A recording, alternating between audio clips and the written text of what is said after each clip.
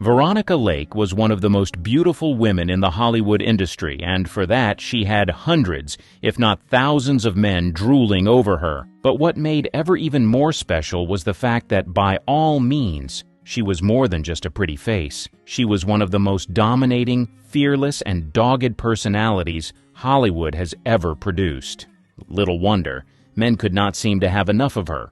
But first, we begin with one of the most obvious things. She had a hypnotic hairstyle. Veronica Lake's Peekaboo hairstyle wasn't just a haircut, it was a phenomenon. Funny thing is, it started as an accident, a literal happy accident. The story goes that during one of her early films, a strand of her long platinum blonde hair fell over one eye while she was acting. Instead of fixing it, she just rolled with it, and boy, did it work. That simple moment turned into something so much bigger. An iconic look that would define her career and Hollywood in the 1940s. People couldn't get enough of it.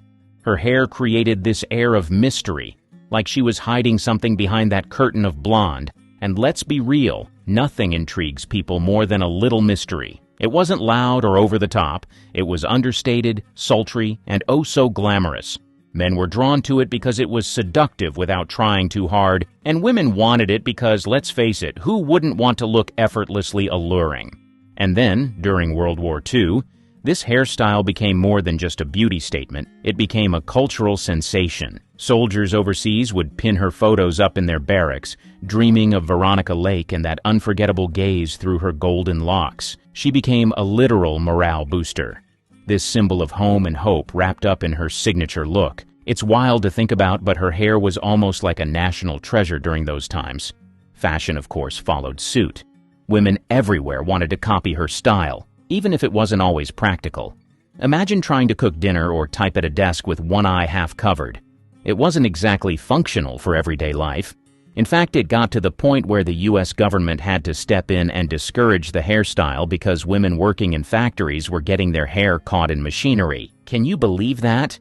Her look was so influential that it actually interfered with wartime production. Even today, the peekaboo hairstyle lives on in pop culture. You'll see echoes of it on runways, in movies, and in any look that's meant to channel old-school Hollywood glamour.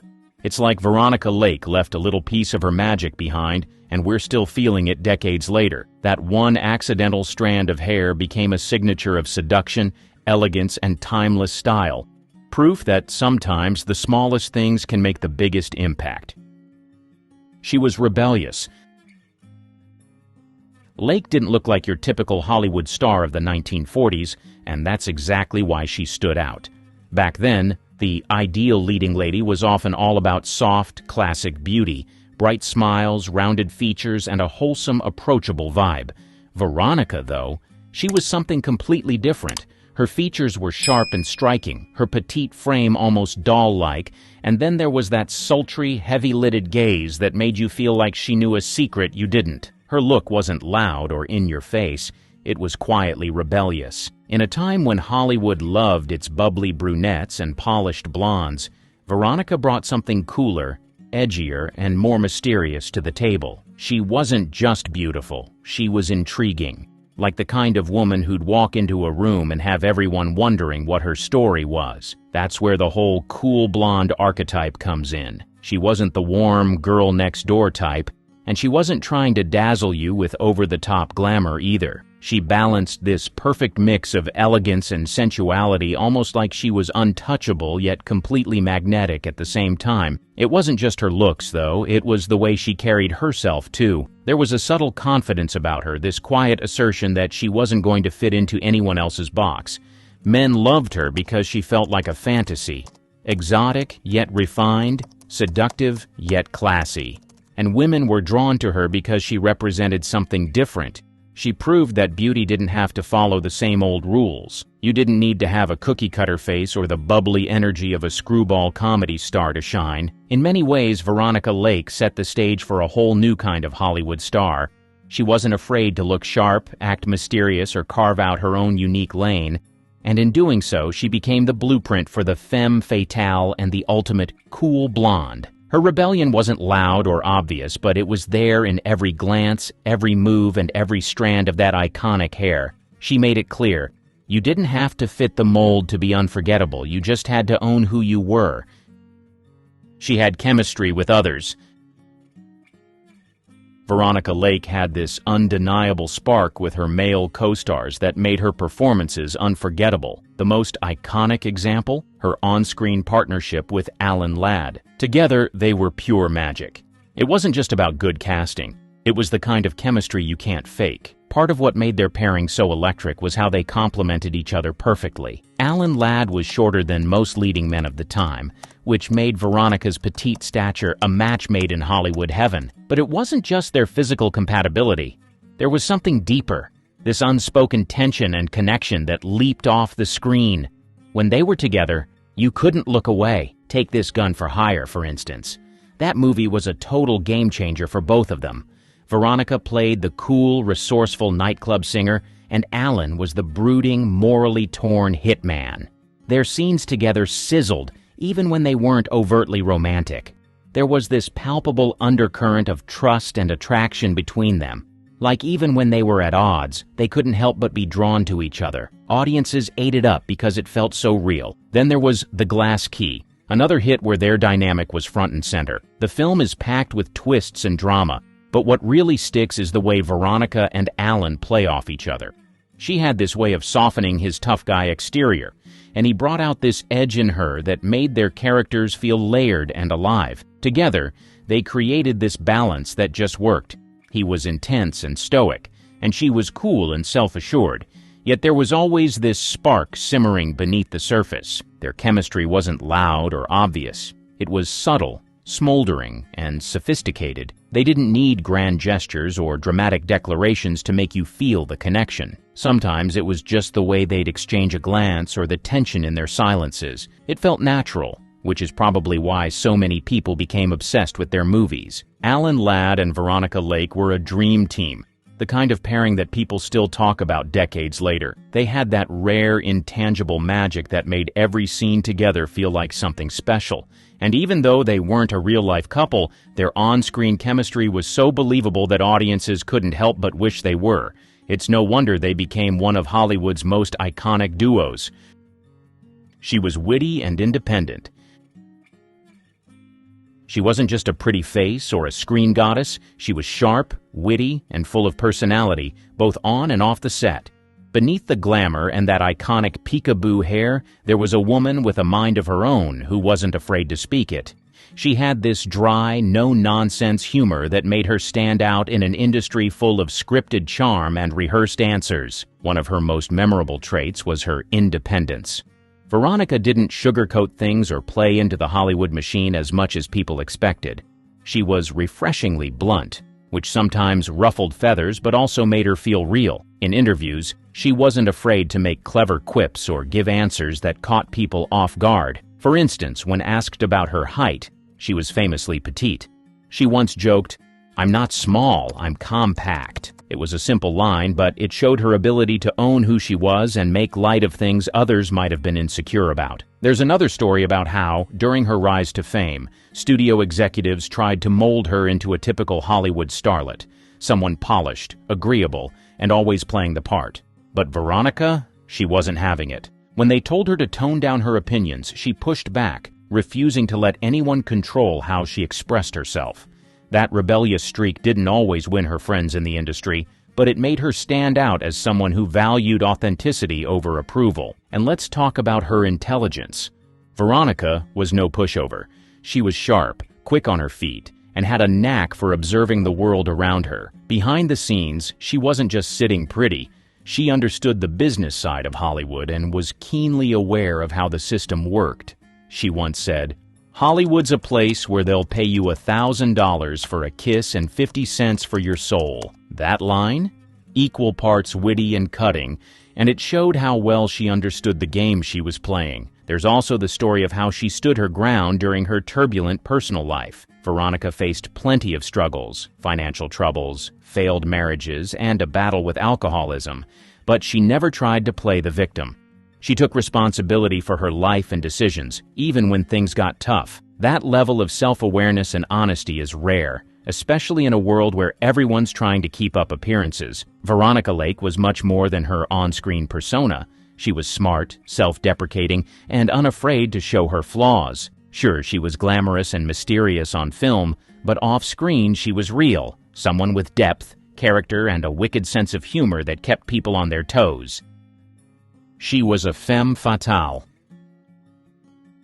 In the golden age of Hollywood, the femme fatale archetype was a big deal, especially in film noir, and Veronica Lake became one of its most iconic faces. The femme fatale wasn't just a character, it was an entire mood. She was the woman who was both alluring and dangerous, seductive yet untrustworthy, someone who could wrap men around her finger with just a look and then leave them in ruins. And Veronica, she was born for it. Veronica embodied everything that made the femme fatale irresistible. She had this hypnotic combination of beauty and mystery that practically leaped off the screen.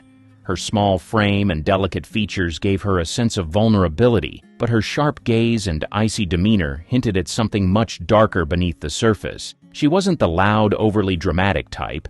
No, Veronica's power was subtle and calculated. She had this quiet intensity that made you hang on her every word, even when she wasn't saying much at all. In films like This Gun for Hire and The Blue Dahlia, Veronica perfected the role of the femme fatale. She could be the sweet, unassuming woman who seemed innocent enough, until she wasn't. Her characters often walked this fine line between being a victim and a manipulator, keeping audiences guessing about her true intentions. And that was part of the magic. She wasn't predictable, and that unpredictability made her performances unforgettable. Her role in shaping the femme fatale trope in noir cinema can't be overstated. Film noir was all about shadows, tension, and moral ambiguity, and the femme fatale was the perfect character to embody those themes. Veronica wasn't the first to play this type of role, but she brought a coolness and elegance to it that set her apart. She wasn't overtly scheming or flashy. Her power came from her ability to make you trust her, even when you knew you shouldn't. So, why did men find the femme fatale and, by extension, Veronica so irresistible? It's a fascinating mix of psychology and fantasy. The femme fatale represented everything forbidden. She was the woman you weren't supposed to want but couldn't resist. She was confident, independent, and didn't follow society's rules. In a time when women were expected to be docile and submissive, the femme fatale was a refreshing and intimidating contrast. She wasn't someone you could control, and that unpredictability was thrilling. For men, the allure of the femme fatale often boiled down to a battle of wits and desire.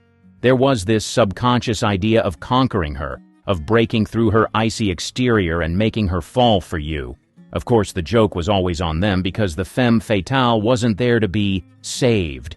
She was there to get what she wanted, no matter the cost. And that danger, that sense that she could destroy you if you let your guard down, was part of the appeal. Veronica Lake brought all of this to life with such finesse that she became synonymous with the archetype. She wasn't just playing a role, she was defining it. Her femme fatales weren't one-dimensional villains. They were layered, complex, and human. You could see the pain behind her eyes, the conflict in her expressions, and the intelligence in her delivery. She wasn't just a pretty face leading men astray. She was a force to be reckoned with. In many ways, Veronica's femme fatales challenged the traditional power dynamics of the time. They were a reminder that women could be just as cunning, intelligent, and ambitious as men, sometimes more so. And while those characters might have been morally questionable, they were also undeniably empowering. For men, they were a tantalizing mix of desire and danger.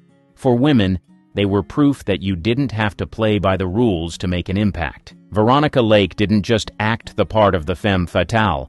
She became its face, its voice, and its legacy. She helped turn the archetype into something timeless. And even now, when we think of film noir's shadowy streets and morally complex characters, it's impossible not to picture her cool, knowing smile and those unforgettable eyes that seem to hold all the secrets of the world. She was a symbol of hope.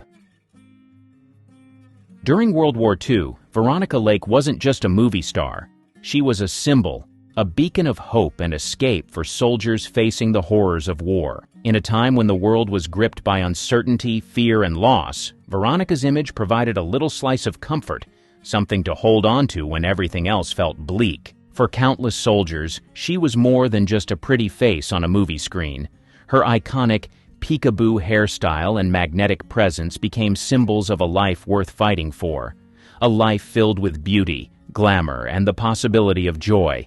Imagine being stuck in a muddy trench or on a long march, with danger lurking around every corner. Then you pull out a photograph of Veronica Lake, her blonde waves tumbling over one eye, her expression both sultry and serene. That image wasn't just a distraction.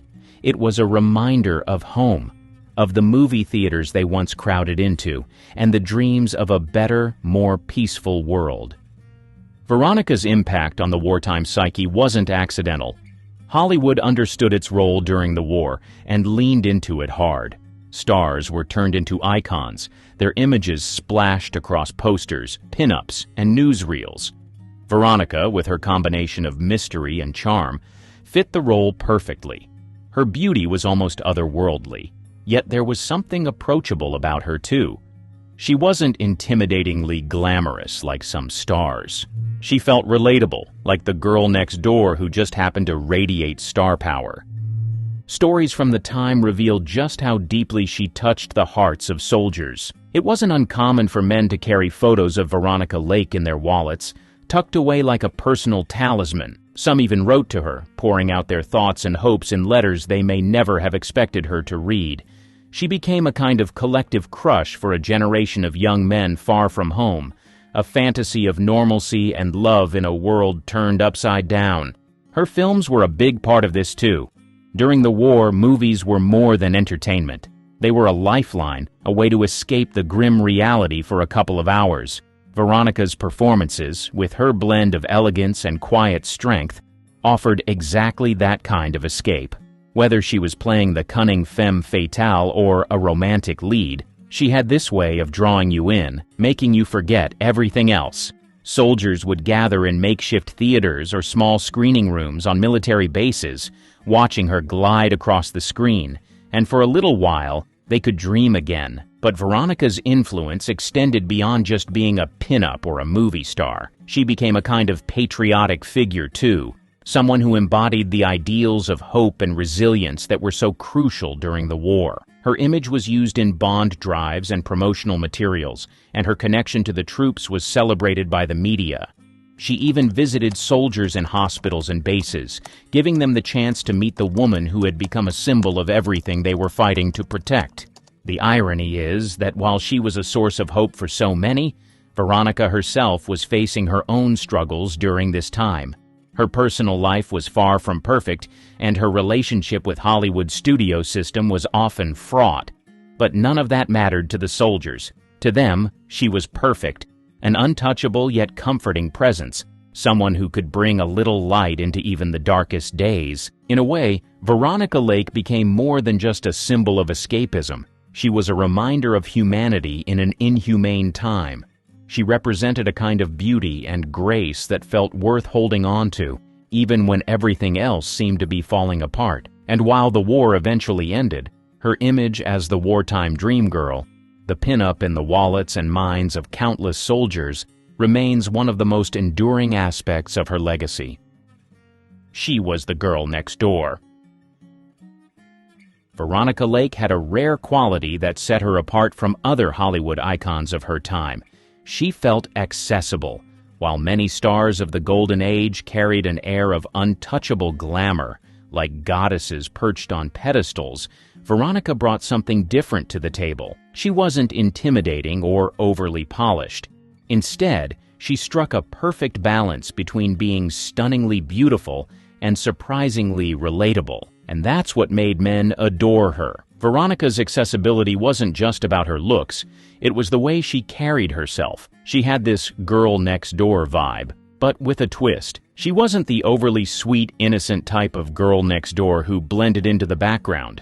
There was always an edge to her, a subtle hint of mischief or mystery that kept people intrigued. She could be the charming, down-to-earth woman you'd want to have a drink with, but you couldn't shake the feeling that she might know something you didn't. That duality, familiar yet enigmatic, was what made her magnetic. Compared to other stars of her era, Veronica didn't seem overly manufactured or larger than life. Many of Hollywood's leading ladies were molded into these hyper-glamorous, unattainable ideals. Think of stars like Greta Garbo or Marlene Dietrich, whose mystique often felt carefully calculated and out of reach. Veronica, on the other hand, had an ease about her. Sure, she had the iconic Peekaboo hairstyle and the timeless beauty that made her look like a painting come to life, but she never felt overproduced. She didn't rely on heavy makeup or extravagant costumes to make an impact. Her natural charm did the work for her. And yet, despite that girl-next-door relatability, Veronica was far from plain. She had that twist, a sharp wit, a playful sense of humor, and an aura of quiet confidence that made her more dynamic than your typical approachable beauty. In her films, she often played characters who were clever and independent, women who weren't afraid to speak their minds or take control of a situation. This wasn't the doe-eyed damsel waiting to be saved. Veronica's characters were fully capable of saving themselves, and maybe even saving you while they were at it. This blend of relatability and intrigue made her particularly appealing to men. She wasn't so perfect that she felt unattainable, but she wasn't ordinary either. She struck that sweet spot where you could imagine having a genuine connection with her, but she'd still keep you on your toes. She made you feel like you could know her, but not entirely. And isn't that the ultimate allure? To feel close to someone, yet always wanting to uncover just a little more? Imagine you're scrubbing floors in a rundown hotel, waiting tables for pennies, and washing laundry just to survive. Nobody knows your name. Nobody believes you'll ever be more than just another struggling worker, breaking your back for a few lousy bucks. But what if I told you that one of those overlooked waitresses would go on to rule Hollywood? That's exactly what happened to Joan Crawford. Before the diamonds, the mansions, and the Academy Awards, she was just a poor girl hustling to get by.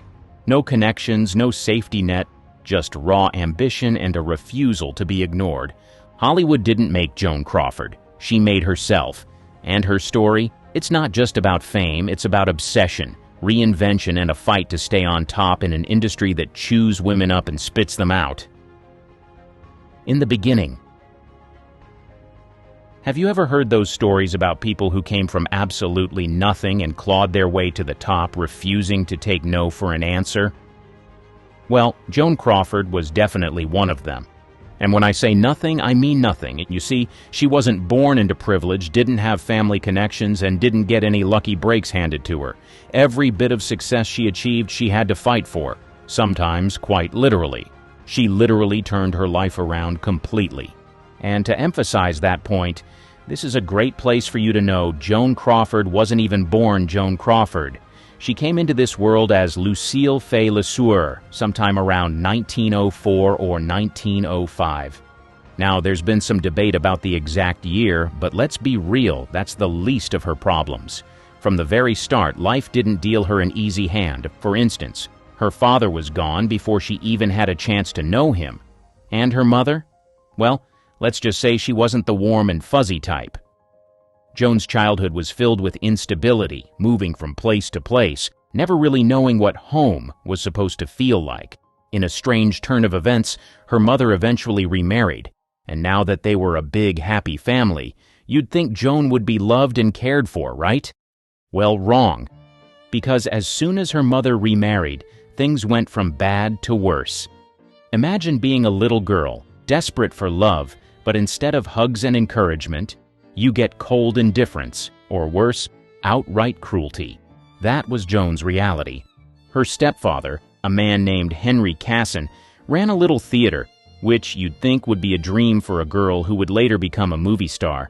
But instead of being an escape, it was just another stage for her struggles. She had to work from an early age, not because she wanted to, but because she had to. School was a luxury she couldn't afford.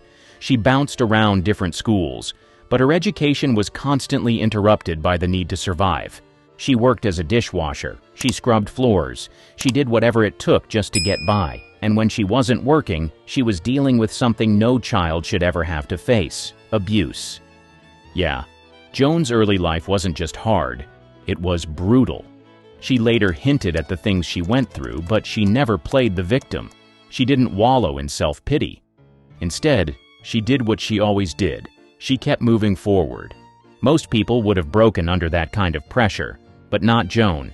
She was already forming the steel backbone that would make her unstoppable. The struggle to survive.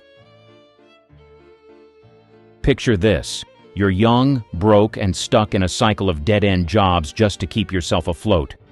That was Joan Crawford before she was Joan Crawford. Unlike a lot of stars coming up, her parents were far from rich. She had no fancy connections or safety net of any sort.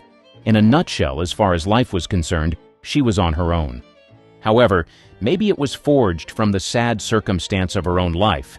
But coming up, Joan had an insane work ethic and a strong determination to survive and not be a victim of her circumstances. Before you saw her face in front of the camera, she was bent over scrubbing floors, washing dishes, waiting tables, basically whatever paid the bills. And let me tell you, these weren't cushy part-time gigs where she could leisurely figure out her next move.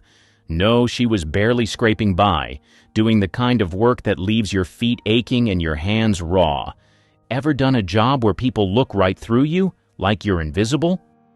Joan lived that reality every single day.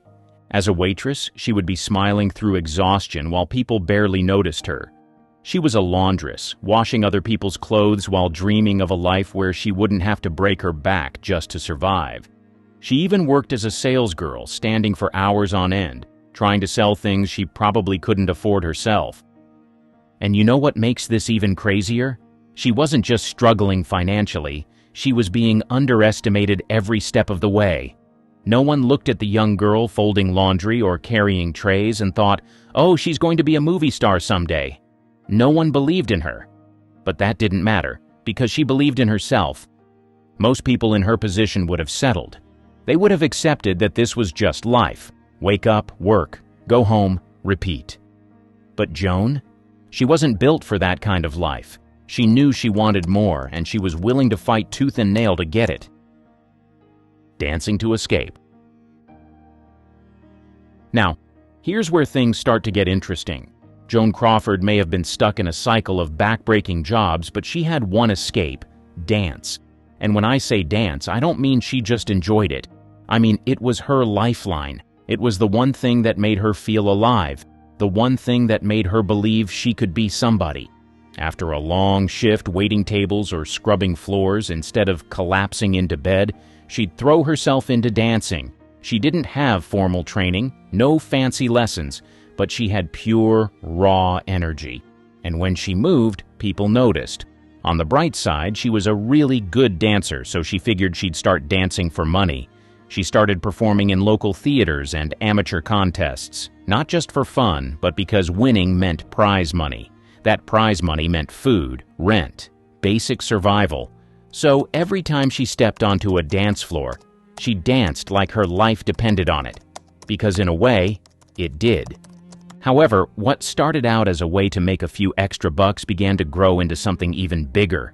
She began to make a name for herself in the underground dance scene. One win led to another, and before long she found herself traveling to Kansas City, then Chicago. Bigger cities, bigger competitions, bigger opportunities. Just like that, she wasn't just another small-town girl anymore. She was climbing, inch by inch, step by step. And whether people realized it or not, Joan Crawford had already started her rise. She just had no idea yet. Path to Hollywood. By now, Crawford had danced her way out of small-town life and into bigger cities. But if she was being honest with herself, she knew dancing could only take her so far. If she wanted more out of life, she needed something bigger, something life-changing. And that something could only come in the form of Hollywood. Now don't go thinking she just packed a suitcase, hopped on a train, and the doors of MGM magically flung open for her. It wasn't that easy. Joan had been grinding for years, performing in stage shows, competing in dance contests, putting herself out there, anything to be seen. And finally, she caught the right pair of eyes. An MGM talent scout happened to see her perform and thought she was interesting and talented enough to be a star, so he made her an offer. That was her ticket in. However, the story doesn't just end there. Getting through the doors of Hollywood and actually making it were two totally different things. So while it is true that MGM signed her to a contract, let's just say they weren't exactly rolling out the red carpet for her. You see, back then, studios signed a ton of young actresses, hoping one or two would stick, and Joan wasn't exactly promising compared to the other young actresses who were signed. Not promising yet. To them, she was just another pretty face, one of the many starlets who might get a small role here and there before fading into the background. No one was betting on her to be the next big thing. In fact, some higher-ups at the studio even considered her second-rate. They basically thought she was disposable. But here's the thing about Joan. She didn't care what people thought of her. She knew what she was capable of, and if MGM wasn't going to make her a star, she'd make herself one. Struggles of a young starlet. Just because Joan Crawford made it to Hollywood didn't mean she had it made. Far from it. She wasn't an overnight sensation. MGM barely knew what to do with her, so they threw her in minor roles, mostly as a background dancer or the pretty girl who had a few forgettable lines. And here's the kicker. Even with the small roles and the sparse lines, she almost got dropped from the studio. That's right. They took one look at her and thought she wouldn't be missed. Little did they know this same Joan Crawford, who would later dominate the screen, steal every scene, and become one of the biggest stars of all time. With all that was going on, most people would have been crushed. Others would have packed their bags and gone home. But Joan had a lot of resilience in her. She refused to be invisible. She knew she needed to stand out or she would wash out, and if she wasn't naturally standing out, she was going to make herself stand out. In a bid to save her career, she threw herself into acting lessons, studying every little thing that could help her get better. Her voice, her posture, her expressions. She watched the greats, took notes, practiced in front of mirrors. She refined her dancing skills even further, making sure she was the best one in the room. And when she wasn't improving her craft, she was working the Hollywood scene, building relationships, making herself known. But here's where it gets really interesting. Joan Crawford knew Hollywood wasn't just about talent, it was about image. And so, she reinvented herself completely. She changed everything. Her hair, her style, her attitude. Gone was that little girl, Lucille Fay LeSueur, the struggling one from Texas. In her place, Joan Crawford, glamorous, confident, untouchable.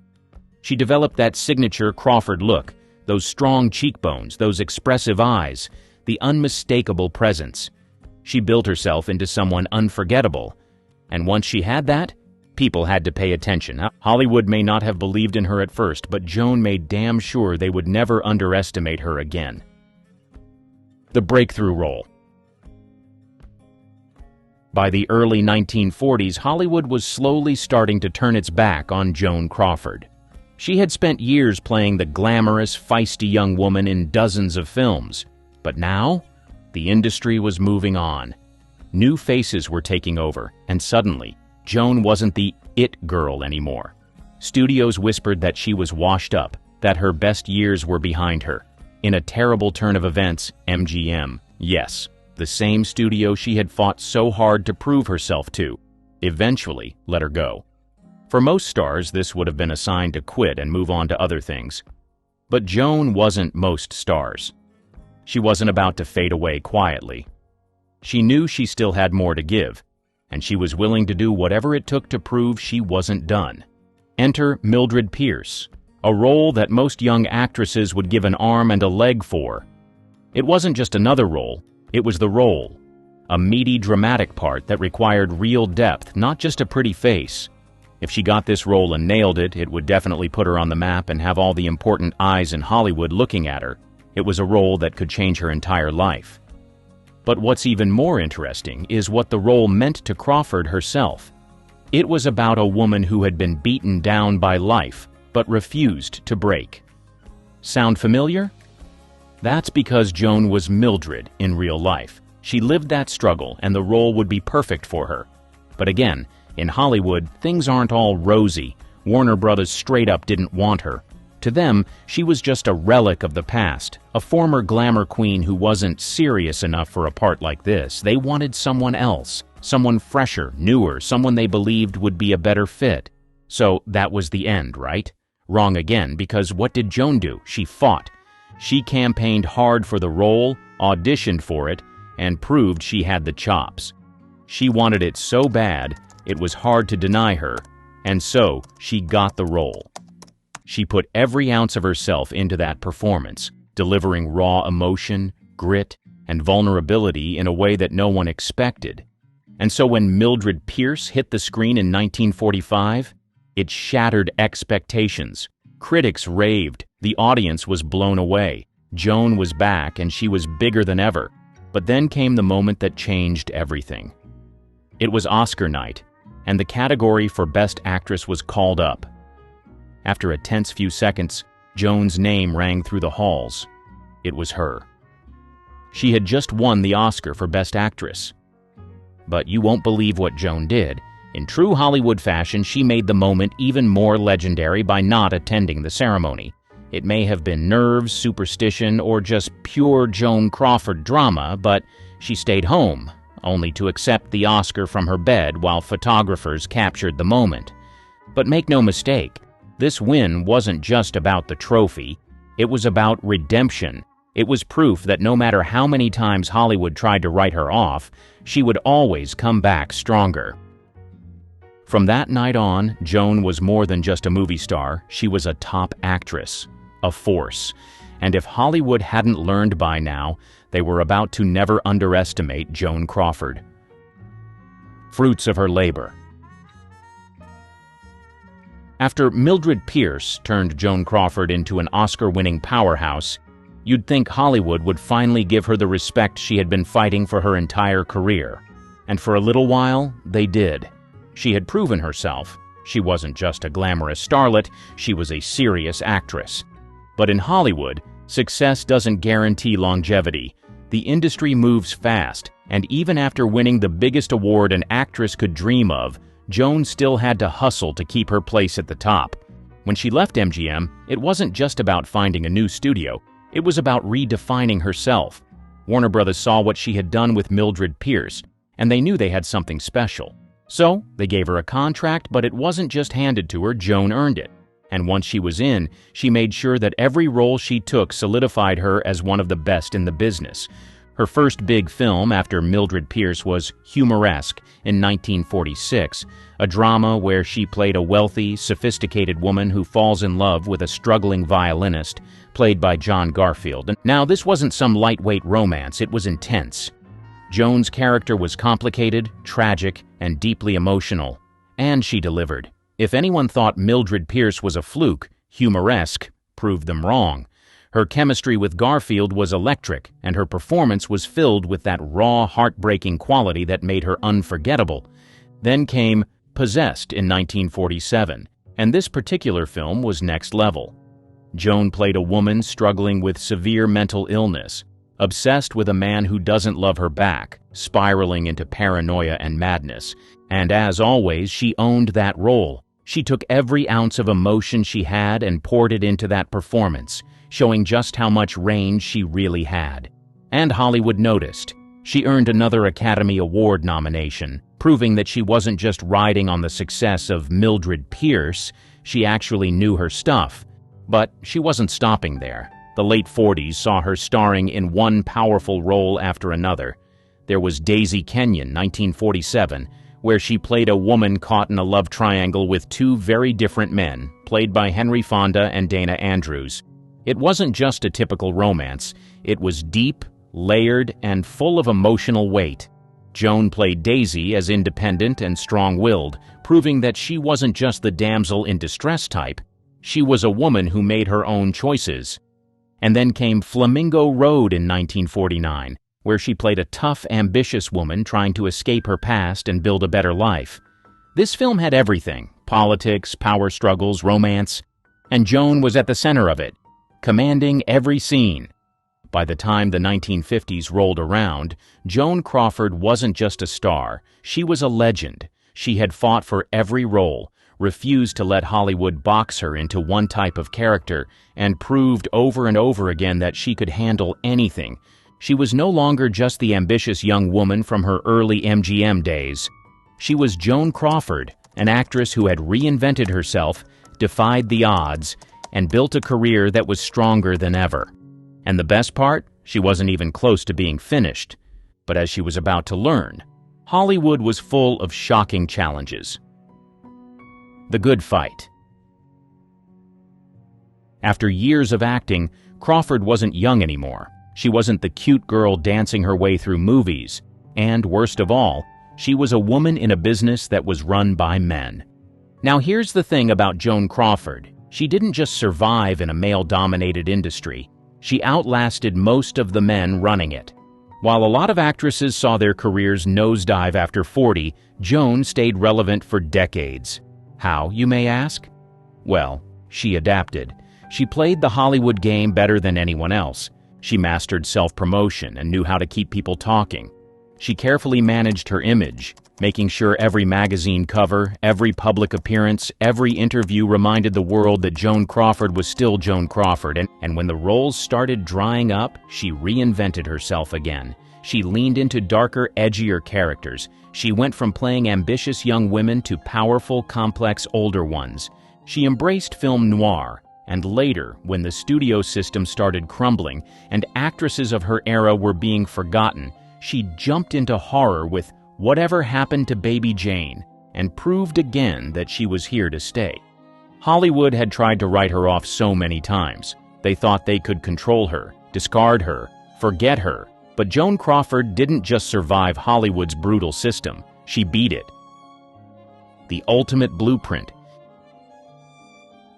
If you wanted to last in Hollywood, really last, you studied Joan. She showed every actress that came after her exactly how it was done. And let's be real, Hollywood loves to chew women up and spit them out the second they're not young, fresh, or easily controllable. But Joan refused to let the industry define her.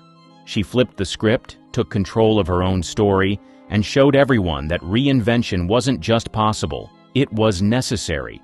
Look at how she navigated her career. When she started, she was the flapper girl, all energy and youthful ambition. Then she evolved into the stylish, independent career woman, playing roles that mirrored her own rise to power. When that wasn't enough to keep her on top, she leaned into deeper, more dramatic characters, flawed, complex women with real struggles. And when Hollywood tried to push her out in the 50s, she pivoted again, stepping into thrillers and even horror, proving she could command the screen in any genre. Her ability to adapt wasn't just impressive, it was revolutionary. Actresses back then were expected to fit into a mold, and when they aged out of it, they were discarded. But Joan refused to be discarded. She made Hollywood find a place for her, again and again, and in doing so, she paved the way for future actresses to take charge of their own careers. Think about Meryl Streep, Viola Davis, Charlize Theron, actresses who refuse to be boxed in, who transform with every role, who have careers that evolve rather than fade. That kind of longevity, that kind of power, Joan set the standard. And then there's her image. This woman understood branding before branding was even a thing. She knew how to make herself unforgettable, not just in movies, but in the public eye. Everything from the way she dressed, to the way she posed in photographs, to the way she carried herself in interviews was carefully crafted. She wasn't just playing a star on screen, she became one in real life. Even today, Joan Crawford's name still carries weight. Her impact is everywhere. In the way actresses fight for better roles, in the way stars reinvent themselves instead of fading away, in the way Hollywood still tells stories about strong, complicated women. She did more than just survive Hollywood, she conquered it. And that's why, no matter how many years go by, Joan Crawford will always be remembered as one of the greatest to ever do it. When it comes to Hollywood sweethearts, so many ladies are on the list, but none of these actresses were quite like the amazing Carol Wayne. There was more to her than met the eye, and men from all over the world were drawn to her for reasons beyond her physical beauty. The matinee lady effect. It's the ultimate example of why men were drawn to her. She wasn't just another pretty face, she had this magical blend of innocence and sensuality that was downright magnetic. She'd walk onto the Tonight Show set with that dazzling smile, playing this sweet but slightly ditzy character who seemed completely unaware of how jaw-droppingly gorgeous she was. That mix of naivety and bombshell energy? Men couldn't resist it. Her flirtation was never over the top. It wasn't aggressive or intimidating. It was playful. It was the kind of teasing that left men grinning, wondering if there was a wink hidden behind her big doe-like eyes. And then you'd have Johnny Carson, cool as ever, setting her up for these hilarious double entendres. The chemistry between them was electric. Johnny would toss out a sly line, and Carol, with perfect comedic timing, would deliver a somehow innocent and suggestive response. It was pure magic. But here's the thing. She owned that character. Men watching at home saw her as the ultimate fantasy. A woman who was stunning, funny, and approachable. She didn't come across as untouchable or overly polished like some other stars of her time. Instead, she felt like someone you'd dream about meeting at a party. The kind of woman who'd laugh at your jokes and make you feel like the most interesting guy in the room. And let's not forget how her presence amplified Johnny Carson's humor. She wasn't just there to stand and look pretty, she was a comedic partner. She'd roll with the jokes, often playing the oblivious foil to Carson's quick wit, and men ate it up because it made her seem even more endearing. She was the bombshell with a heart and a sense of humor, and that's a rare combination. Men didn't just want to look at her, they wanted to be around her, and she was a classic Hollywood beauty. When you think of the ultimate 1970s bombshell, she fits the picture perfectly. Her striking blonde hair was the kind of golden cascade that turned heads wherever she went, effortlessly glamorous without looking overdone. But her hourglass figure? It was pure old Hollywood, the kind of silhouette men dreamed about and women admired. And then there was her smile, radiant and warm, with just the right amount of playfulness to make you feel like she had a secret she might share, but only with you.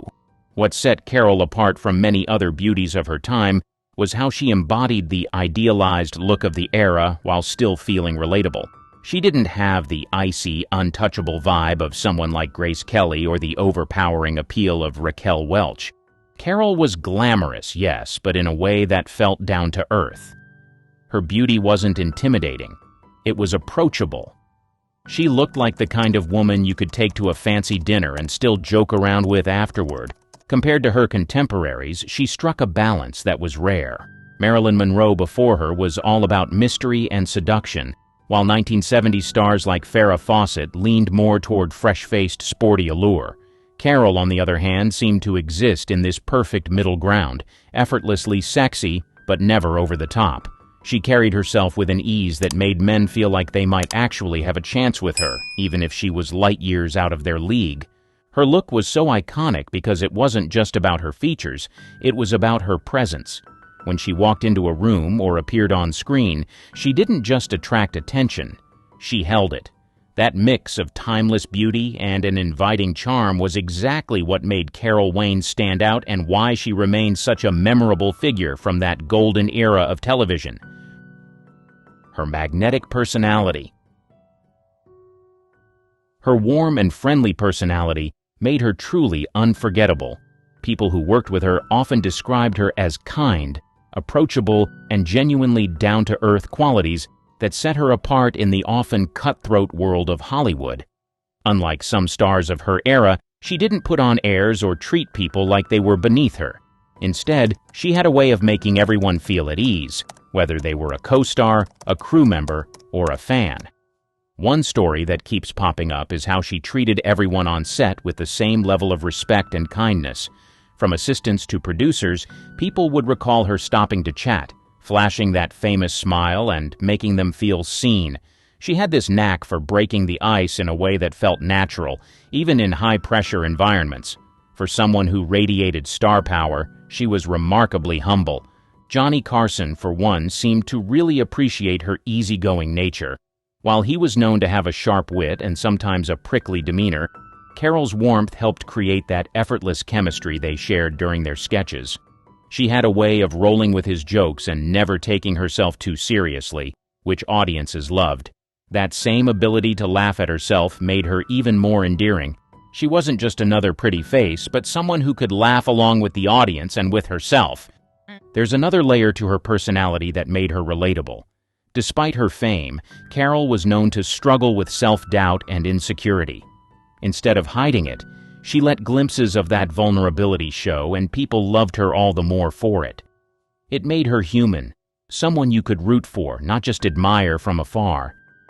At the end of the day, Carol Wayne wasn't just someone men wanted to be with. She was someone everyone wanted to be around.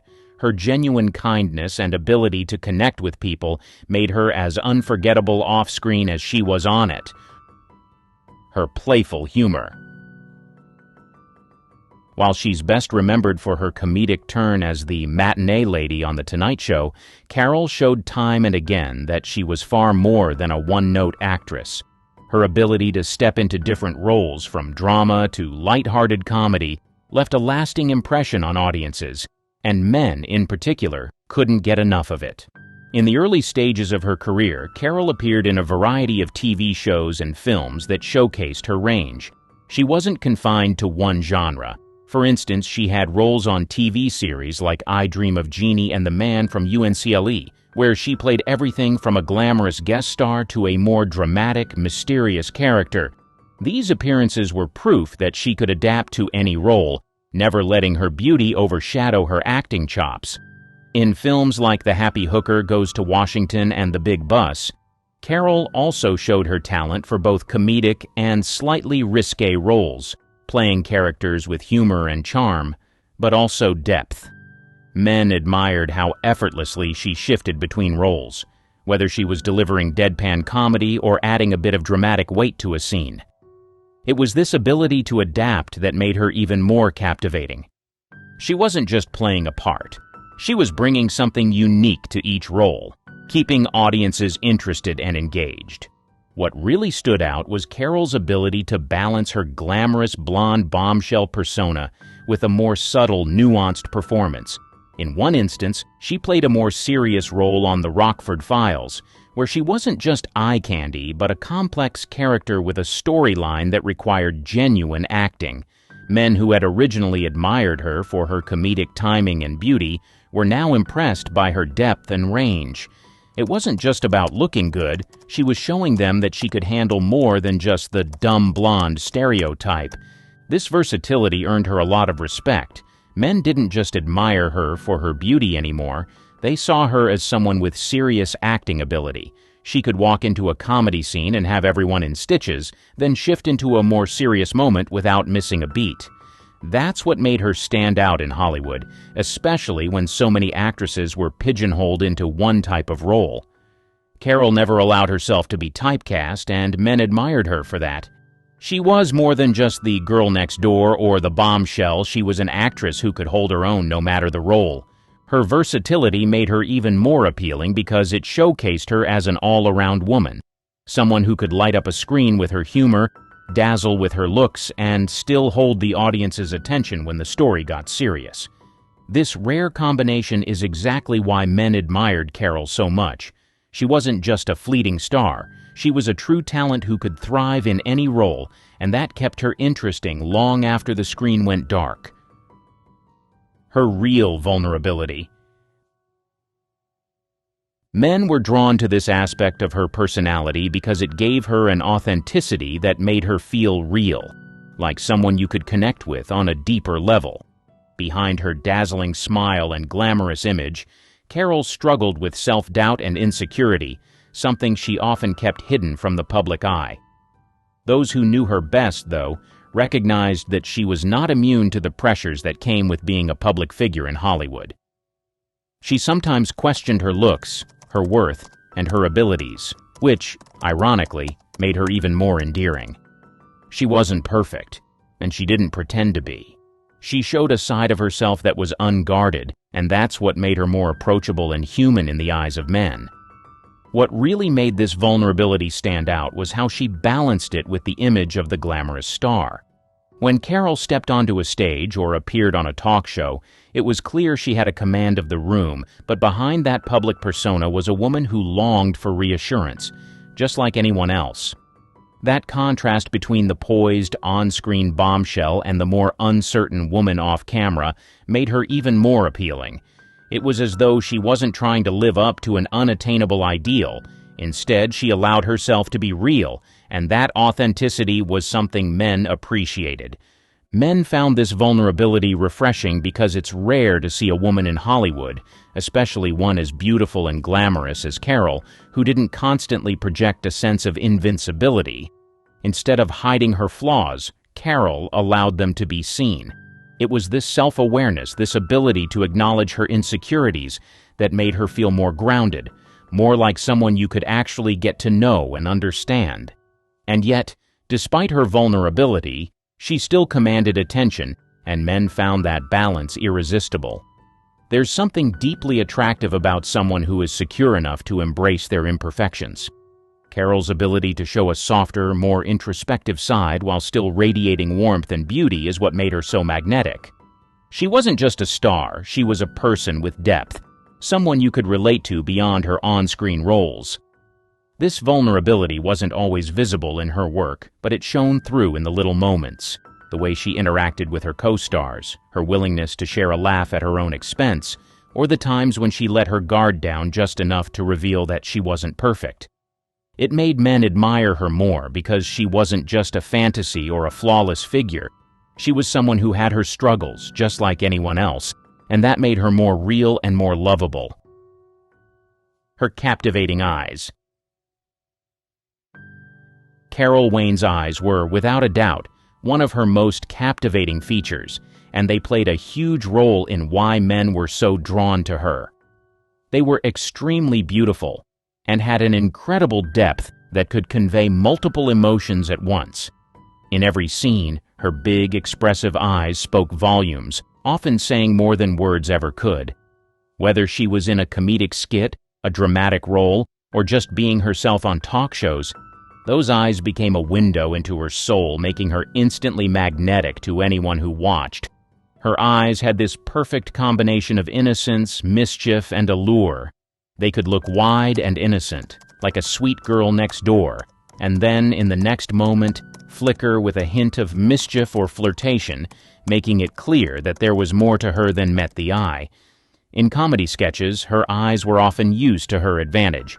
When she'd deliver a deadpan line or play the naive character, those big eyes would often give away her true understanding of the joke, creating a subtle but playful tension that made her even more endearing. In moments of romance or flirtation, her eyes were mesmerizing. They could convey a sense of longing or vulnerability, drawing men in with an unspoken promise of mystery and possibility. It wasn't just about how they looked, it was about how they made you feel. Carol's gaze had a way of making you feel like you were the only person in the room, even if you were just watching her on TV. There was an intimacy in her eyes that made every scene more engaging.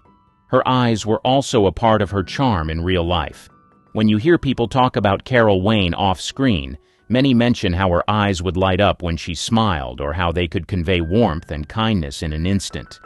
Men admired how those eyes seemed to reflect her personality, genuine, approachable, but also undeniably captivating. What made Carol's eyes stand out even more was how they contrasted with the glamour and the polish of Hollywood at the time.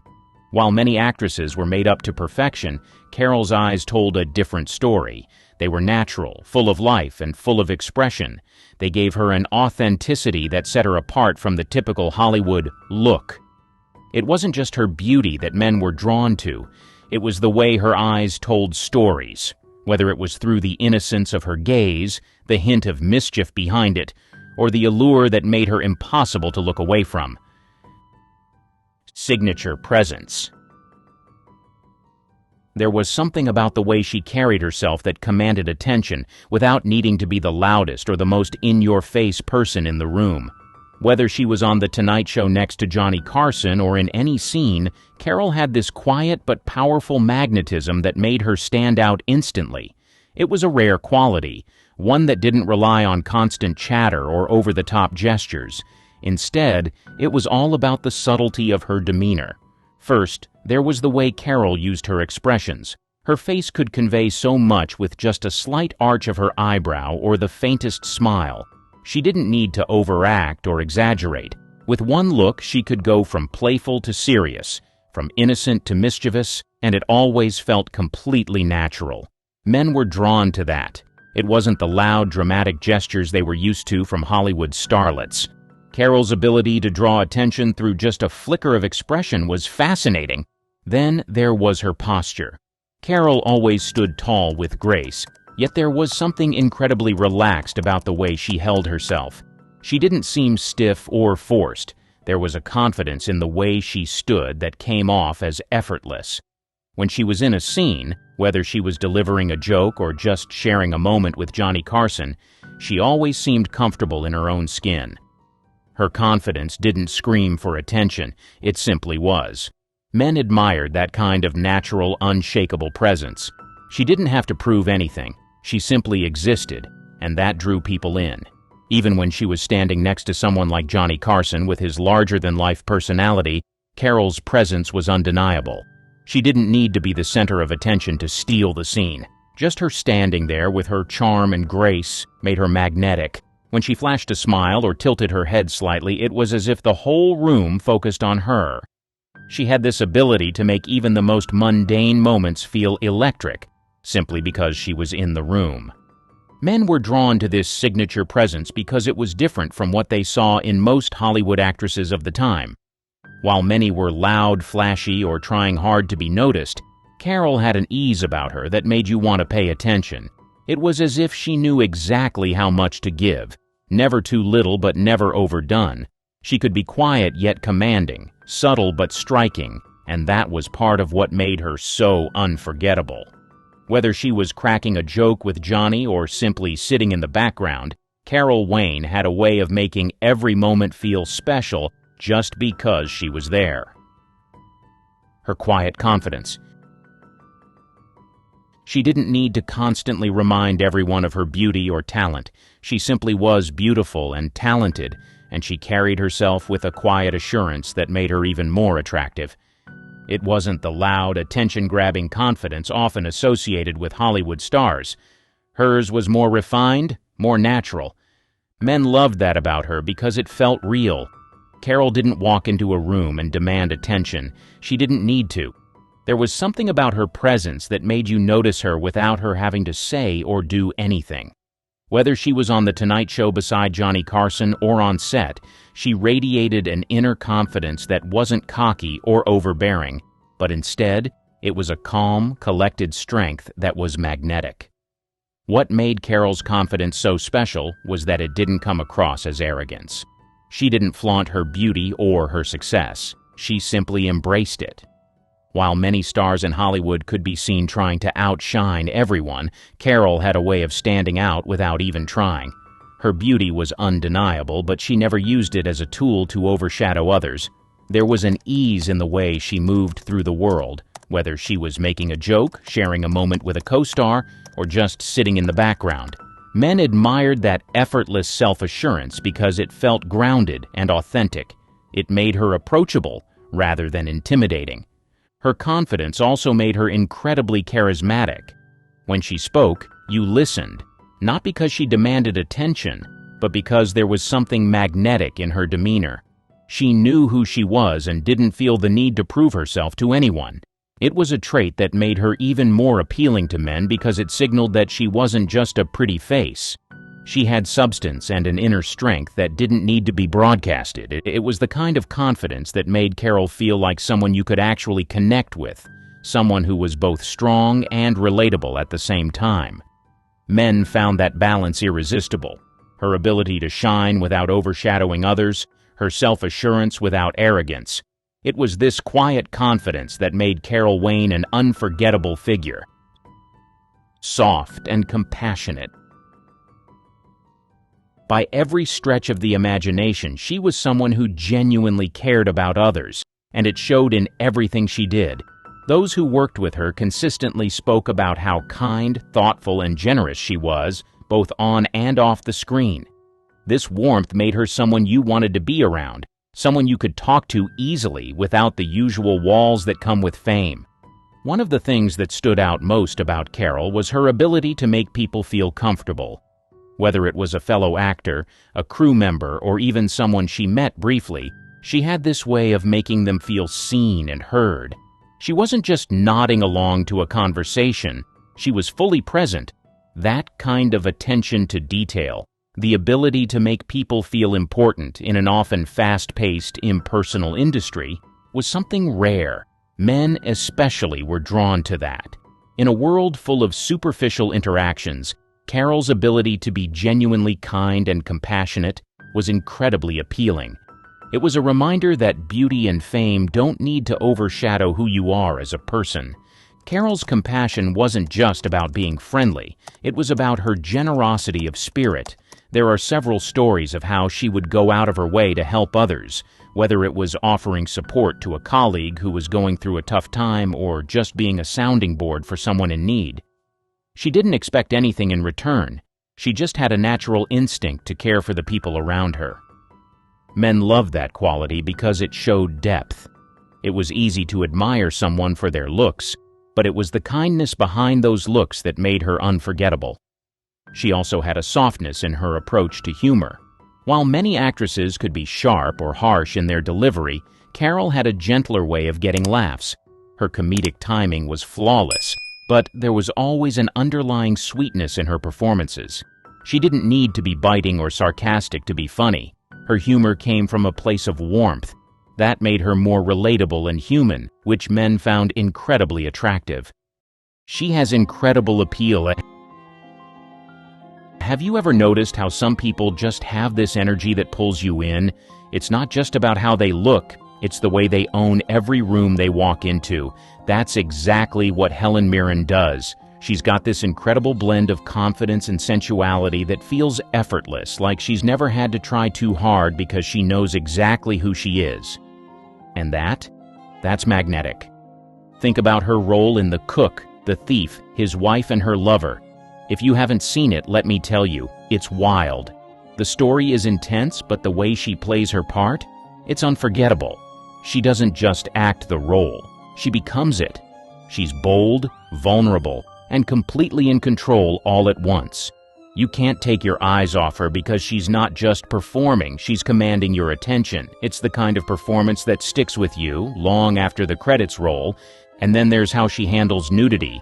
For most actors, it's a big deal, right? But not for her. For Helen, it's just part of the story, part of the art. She's said before that the human body is natural, and she doesn't see the point of making it a big fuss. When she's on screen, it's never about showing off. It's about being real, being fearless. That's what sets her apart. She's not just beautiful, she's brave, and that bravery makes her even more mesmerizing. She's smart and intelligent. Do you know what's even more attractive than someone who looks amazing? Someone who can make you laugh, think, and feel like you've just had the best conversation of your life. That's Helen Mirren in a nutshell. Her wit is razor sharp and she knows exactly how to use it to keep people on their toes. She can disarm an interviewer with a single clever remark, and before they know it, they're completely charmed. It's not just about being funny, it's about the confidence she brings to every word she says. Take her interviews, for example. She's never been the type to shy away from tough questions. One time, when an interviewer tried to reduce her to just her looks, she clapped back with such poise and humor that it became an iconic moment. She knows her worth, and she's never afraid to remind people that she's more than just a pretty face. And her outspoken views, they're part of what makes her so relatable and admirable. She's been vocal about equality and feminism long before it was a mainstream topic.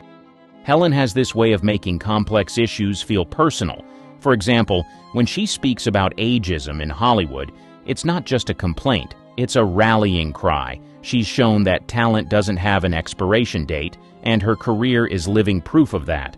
What really makes her stand out, though, is how her intellect adds to her allure. She's not just someone you admire from afar, she's someone you want to have a deep conversation with. She makes you think, laugh, and maybe even see things a little differently. That combination of wit and wisdom, it's irresistible. She's real and relatable. Another thing that makes men fall for this star so much is how she manages her relationships. It's little wonder several men out there are jealous of her husband. She makes relationships look like real partnerships, not some Hollywood fairy tale. Her marriage to Taylor Hackford, which has lasted decades, is the perfect example. They met in 1986, got married in 1997, and have been going strong ever since. That kind of longevity is impressive in an industry where relationships seem to unravel overnight. But what's even more interesting is how they've managed to balance love with independence, something Helen has always fiercely guarded. Helen has been very open about the fact that she didn't feel the need to rush into marriage. She once said that she got married for the right reasons, not because of social expectations or pressure. That practicality made her relationship relatable. It's not some fantasy, it's about mutual respect and understanding. She and Taylor are both incredibly busy people, but they've made it work by giving each other space to thrive individually. What's even cooler is how her personal life reflects the kind of characters she often plays. Strong, self-reliant women who don't need anyone to complete them, but still know how to love deeply. She doesn't come across as someone who compromises herself for a relationship. Instead, she's built a life where love enhances who she is rather than defines her. That balance, being both independent and deeply committed, makes her so relatable. Helen Mirren doesn't just talk about empowerment, she lives it, even in her most personal choices. And that's a big part of what makes her so admired, not just as an actress, but as a person. Timeless beauty. While so many people, especially in Hollywood, try to fight time, Helen embraced it, and somehow became even more captivating along the way. It's not just about looking good, though, because, let's be honest, she looks amazing. It's the way she carries herself, with this blend of elegance, confidence, and self-assuredness that makes you stop and take notice. Her fashion choices alone have turned heads for decades. Remember that silver Dolce & Gabbana gown she wore to the Oscars at age 72? It was a total showstopper, proving that glamour has no age limit. Or the time she's rocked bold, edgy looks that most people wouldn't expect from someone in her 70s? Helen doesn't play by anyone else's rules, and that's what makes her so unforgettable. She's shown the world that getting older doesn't mean fading into the background. It's about standing out even more. And it's not just her style that's defied societal expectations. Helen has been outspoken about how Hollywood treats older women, calling out the double standards with her trademark wit and honesty. Instead of bowing to those outdated ideas, she's shattered them, continuing to land powerful roles and command respect long past the so-called prime age for actresses. What makes her appeal timeless is that she doesn't pretend to be anything she's not. She's embraced every stage of her life with grace, humor, and an undeniable sense of who she is. That authenticity, along with her killer sense of style and fearless attitude, is what keeps her an icon of desire, no matter her age. She's pleasant to the ears. There's just something about Helen Mirren's voice, isn't there? That smooth, refined accent instantly commands attention. It's the kind of voice that feels like it belongs in a palace but still knows how to crack a clever joke at the dinner table. Her accent is quintessentially British, dignified, polished, and undeniably attractive, but there's also warmth to it that makes her seem approachable, not aloof. It's like a perfect blend of sophistication and charm. What's really fascinating is how her voice adds so much to her presence on screen and in interviews. She doesn't just talk. She speaks. Every word feels intentional, as though she's carefully thought about how to make it land. Whether she's delivering a monologue in a period drama or tossing off a witty comeback in an interview, her voice pulls you in and makes you want to keep listening. And let's not forget how versatile it is. Helen's accent can shift from regal to down-to-earth depending on the role, but it always keeps that hint of elegance that's uniquely hers. Even when she's playing a character who's rough around the edges, that underlying sophistication shines through. It's one of the many reasons she's so captivating. Her voice isn't just a part of her, it's part of her power, and men all over the world appreciate and admire that. An attractive rebel. Helen Mirren has never been one to follow the rules or let anyone else dictate who she should be. From the very start of her career, she made it clear she wasn't going to be boxed in. Early on, she took on roles that challenged not just her acting range, but society's expectations. Remember Caligula?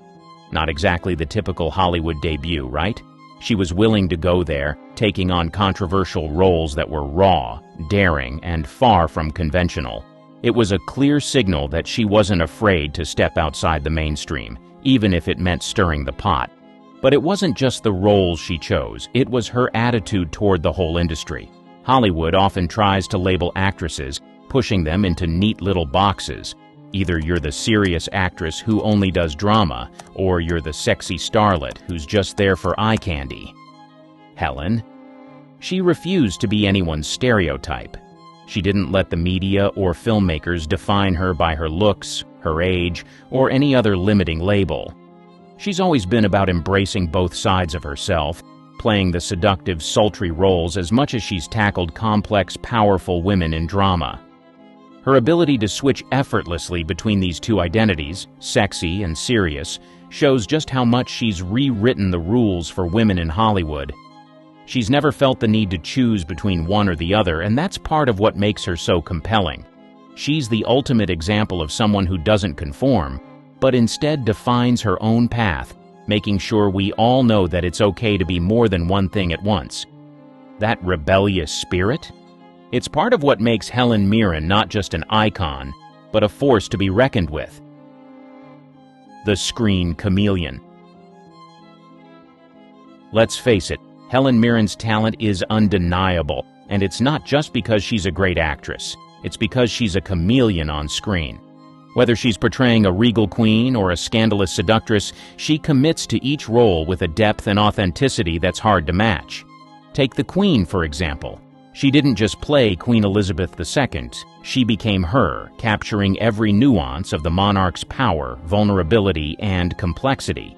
Then, flip the coin, and you have Caligula, a movie that couldn't be further from the stiff upper lip of royalty. Helen dove into that role with the same dedication, playing a character in a totally different universe, bold, fearless, and unapologetic. What's even more captivating is how she commands the screen no matter who or what she's acting alongside. She doesn't just fit into her roles, she dominates them. Men in particular have always admired her confidence, the way she takes control of every scene she's in. You can't help but be drawn to her. It's not just about beauty or charm, though she's got plenty of that. It's her sheer presence. Whether it's a quiet, intimate moment or a grand, dramatic scene, she makes you stop and pay attention. That's something that has earned her respect from both her peers and audiences alike. And let's talk about those awards, because Helen Mirren has certainly earned her fair share. Academy Award, BAFTA, Golden Globe, you name it. The critical acclaim has piled up over the years, confirming what we already know. She's one of the best actors of her generation. She didn't just win these awards, she earned them with her talent, consistency, and sheer dedication to her craft. The power of her talent isn't just about playing roles, it's about transforming into a character and making that transformation unforgettable. It's why we admire her, not just for what she does, but for how she does it. She ages like fine wine. Helen is the perfect example of how aging can be a thing of beauty, not something to fear. In Hollywood, where youth is often considered the golden standard, Helen has done the complete opposite. She's embraced getting older with confidence and grace. She doesn't shy away from the lines on her face or the gray in her hair. Instead, she flaunts them like badges of honor. It's like she's aging like fine wine, getting better, more refined, and more irresistible with each passing year. There's something incredibly attractive about a woman who's not trying to turn back time, but instead fully accepting and celebrating every part of the journey. It's this sense of self-assurance that draws men to her. She doesn't need to prove anything. Her beauty is timeless, and it only deepens with age. Helen has shown that the best part of growing older is the wisdom and confidence that come with it, and that's incredibly compelling. Instead of being ashamed of her age, Helen wears it proudly, and in doing so, she challenges the idea that aging means fading. She proves that beauty evolves, and sometimes it's even more striking as we get older. This kind of mindset is rare and refreshing, and it makes her even more magnetic to men who admire her strength, grace, and the way she continues to own her journey, without apology. Her graceful elegance. It's an effortless quality that radiates from within. Helen has this rare ability to be both sophisticated and approachable, graceful but never aloof. Whether she's wearing a stunning gown on the red carpet or dressed casually, she always exudes a certain je ne sais quoi that makes her stand out in any room. It's like she was born with an understanding of how to be polished without ever seeming like she's trying too hard. What's truly captivating is how Helen doesn't just rely on traditional forms of beauty to create her elegance. It's more about how she carries herself, the way she speaks, her posture, the way she listens. She's comfortable in her own skin, and that comfort translates into the way she interacts with others. There's a natural grace about her, one that makes it seem like she could be royalty, but in the most grounded, unpretentious way possible. Her elegance also comes from how she navigates life. Whether she's tackling a challenging role or speaking out on an important issue, she does it with a sense of composure that demands respect. It's not just about looking good, it's about being the best version of herself at all times. That's what makes her truly elegant, not just the gowns or the flawless hair, but the way she owns her presence with every word and gesture. For men, this kind of elegance is intoxicating. It's a quiet kind of strength that doesn't need to scream for attention because it already has it. It's the subtle power of knowing exactly who you are and the confidence that comes from it. Helen Mirren's elegance isn't just something you notice, it's something you feel. It's the kind of charm that stays with you long after she's left the room. Her intoxicating passion. One of the things that truly sets Helen Mirren apart is her undeniable passion for everything she does. Whether she's diving into a new role, speaking out for a cause, or even just engaging in a conversation, there's this fire in her that captivates everyone around her. She doesn't just show up, she gives it her all, pouring herself into whatever task is at hand. That passion is magnetic, and for men, it's one of the most attractive qualities a woman can have. Take her career, for example. Helen isn't someone who coasts through her roles. She fully immerses herself, giving each character depth, authenticity, and life. It's not just about the paycheck for her.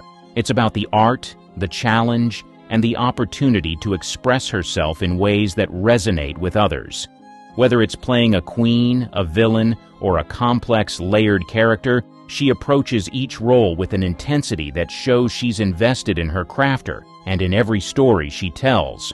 Men find that kind of passion irresistible because it shows they can't just have her. They have to earn her attention, just like the characters she brings to life. This passion extends beyond her career. Helen's zest for life is clear in how she engages with the world. She speaks her mind, takes on causes she believes in, and does it all with a kind of urgency that speaks to how deeply she cares. She's never passive, never indifferent. She's constantly learning, growing, and evolving, and that's incredibly attractive to men. They admire women who have something they believe in and who are ready to fight for it. It shows ambition, drive, and a sense of purpose, qualities that are undeniably alluring. What makes Helen even more compelling is how this passion shines through in her personal life as well. Whether it's her relationship with Taylor Hackford or the way she engages with her friends and colleagues, you can see that she's fully present in every moment. For men, this level of commitment and enthusiasm is a huge draw. Passion in a woman doesn't just light up a room, it sparks a connection, creates excitement, and leaves an impression that lingers. It's one of the reasons men find Helen Mirren so magnetic, because her passion is real, deep, and unmistakably powerful. The bad girl persona. Sophistication with a bit of a bad girl edge. This is one of the reasons men can't get enough of her. Whether in her personal life or her roles, she has this confidence that comes with owning her rebellious side. It's that perfect mix of grace and grit that makes her stand out from other actresses who might stick to more traditional, good girl roles. Helen's willingness to push boundaries both on and off screen is incredibly magnetic. Take some of her most iconic roles, for example. In films like The Cook, The Thief, His Wife and Her Lover, she plays a woman who's caught in a web of desire and revenge, not afraid to act on her instincts even when they're morally ambiguous. There's an undeniable strength in her characters that challenges the typical portrayal of women as passive or innocent. Helen embraces the complexities of these women, both vulnerable and powerful, showing that being bold, sometimes even a little dangerous, is sexy in its own right. Then there's her role as Queen Elizabeth in The Queen, where she brought a sense of steel and determination to a figure of authority. She wasn't just the prim, proper queen, she was a woman with a sharp, no-nonsense attitude who knew exactly how to play the game. And even though she often portrays strong, powerful women, there's always a subtle edge to her performances that shows she's not afraid to embrace the darkness within her characters. It's this willingness to take on roles that aren't just safe or liked by everyone that makes Helen stand out. Men are drawn to that risk-taking nature. It's exciting to see someone so confident, so unapologetically themselves, and not afraid to break away from conventional expectations. Her bad girl persona on screen adds color to her characters, making them more complex and, frankly, more interesting. Off-screen, it's clear that she's lived a life on her own terms, someone who doesn't care to follow the rules if they don't suit her.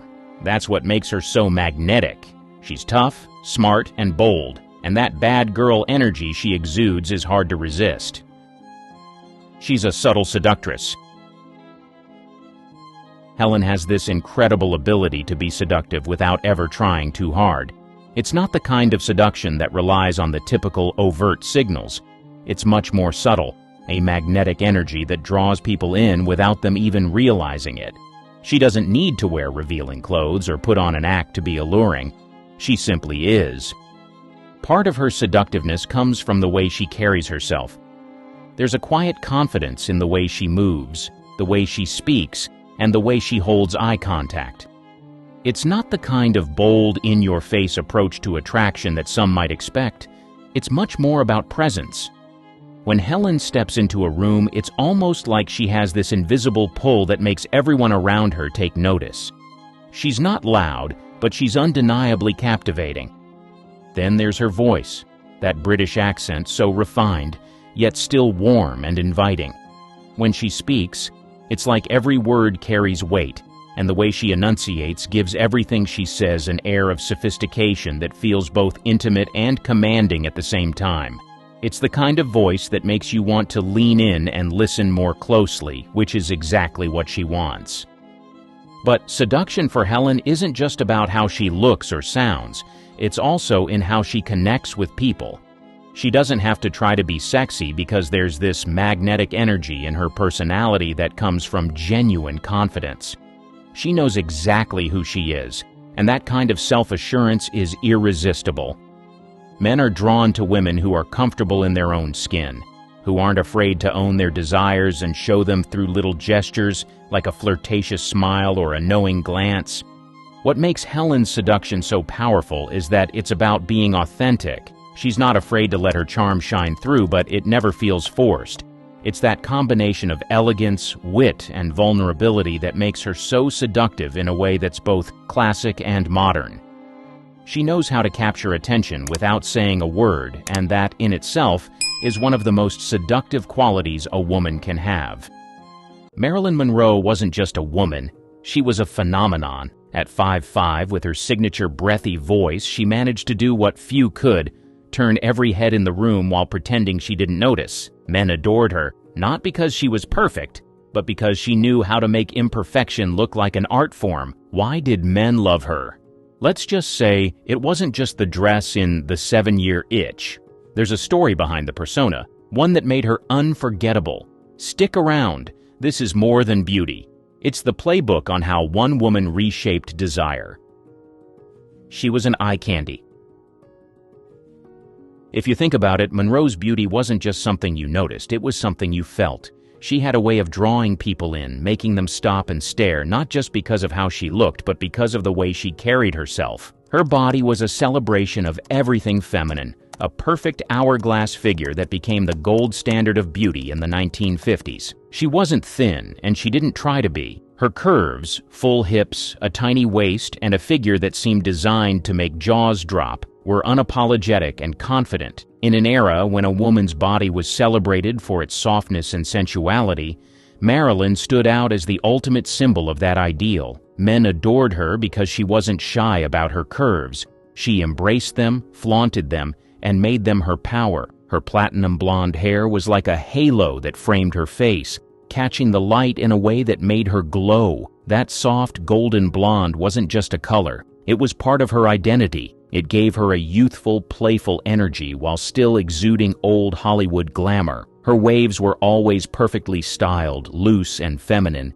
adding to her approachable yet untouchable aura. She became the blonde bombshell, a title that felt almost custom-made for her because no one else carried it like she did. Her hair wasn't just part of her look, it was part of her charm, a defining element of what made her unforgettable. Then there was her smile. Marilyn didn't just smile with her mouth.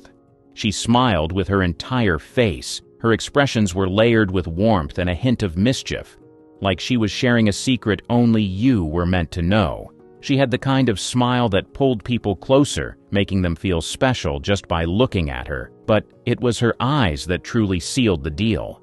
They were big, bright, and impossibly expressive, shifting effortlessly between innocence and seduction. There was a sparkle in her gaze, something playful and curious, like she was constantly on the edge of laughter or a clever remark. She had a way of looking at people that made them feel like they were the center of her world, even if it was just for a moment. Her skin was flawless, a porcelain canvas that seemed to glow on its own. She had a natural radiance that made her stand out, even in black and white films. Her complexion was smooth and luminous, the kind of beauty that didn't need much enhancement. And then there was her beauty mark, a small mole near her cheek that became one of her most iconic features.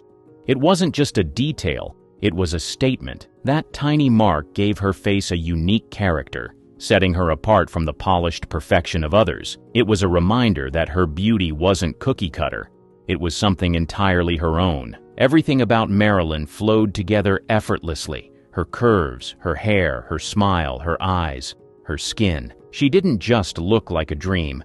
She felt like one, a vision of femininity that seemed both approachable and unattainable all at once. Men adored her because she wasn't just beautiful, she was magnetic, someone who radiated confidence, vulnerability, and charm all at the same time. Her beauty wasn't just skin deep, it was alive, electric, and unforgettable. Magnetic personality and charm. There was something about Monroe's personality and charisma that made her irresistible. She had this playful, flirty demeanor that made people feel drawn to her. Yet she didn't take herself too seriously, and that made her approachable, even as one of the most famous women in the world. She had a way of laughing, teasing, and engaging that felt genuine, almost like she was inviting you into her world. Men loved that about her. It made her feel real, even while she was larger than life. At the same time, Marilyn had this vulnerability about her, a softness that made people want to protect her. Beneath her glamour and confidence, there was an emotional depth that added complexity to her charm. She was open about her insecurities and struggles, and that humanity made her even more appealing. Men weren't just captivated by her beauty. They were drawn to the layers underneath. That combination of strength and fragility was rare, and Marilyn balanced it perfectly. What made her stand out even more was how she embraced her femininity. Marilyn wasn't afraid to be unapologetically herself. She leaned into her sensuality, her charm, and her playful side without holding back. She didn't try to compete with men or dim her light to fit in. Instead, she celebrated everything about being a woman, and that confidence was magnetic. It was as if she understood exactly what made her special, and she used it to her advantage, not in an overbearing way, but in a way that felt effortless and natural. Her charisma wasn't something you could learn or copy. It was innate. When Marilyn walked into a room, people noticed, not because she demanded attention, but because she just had it.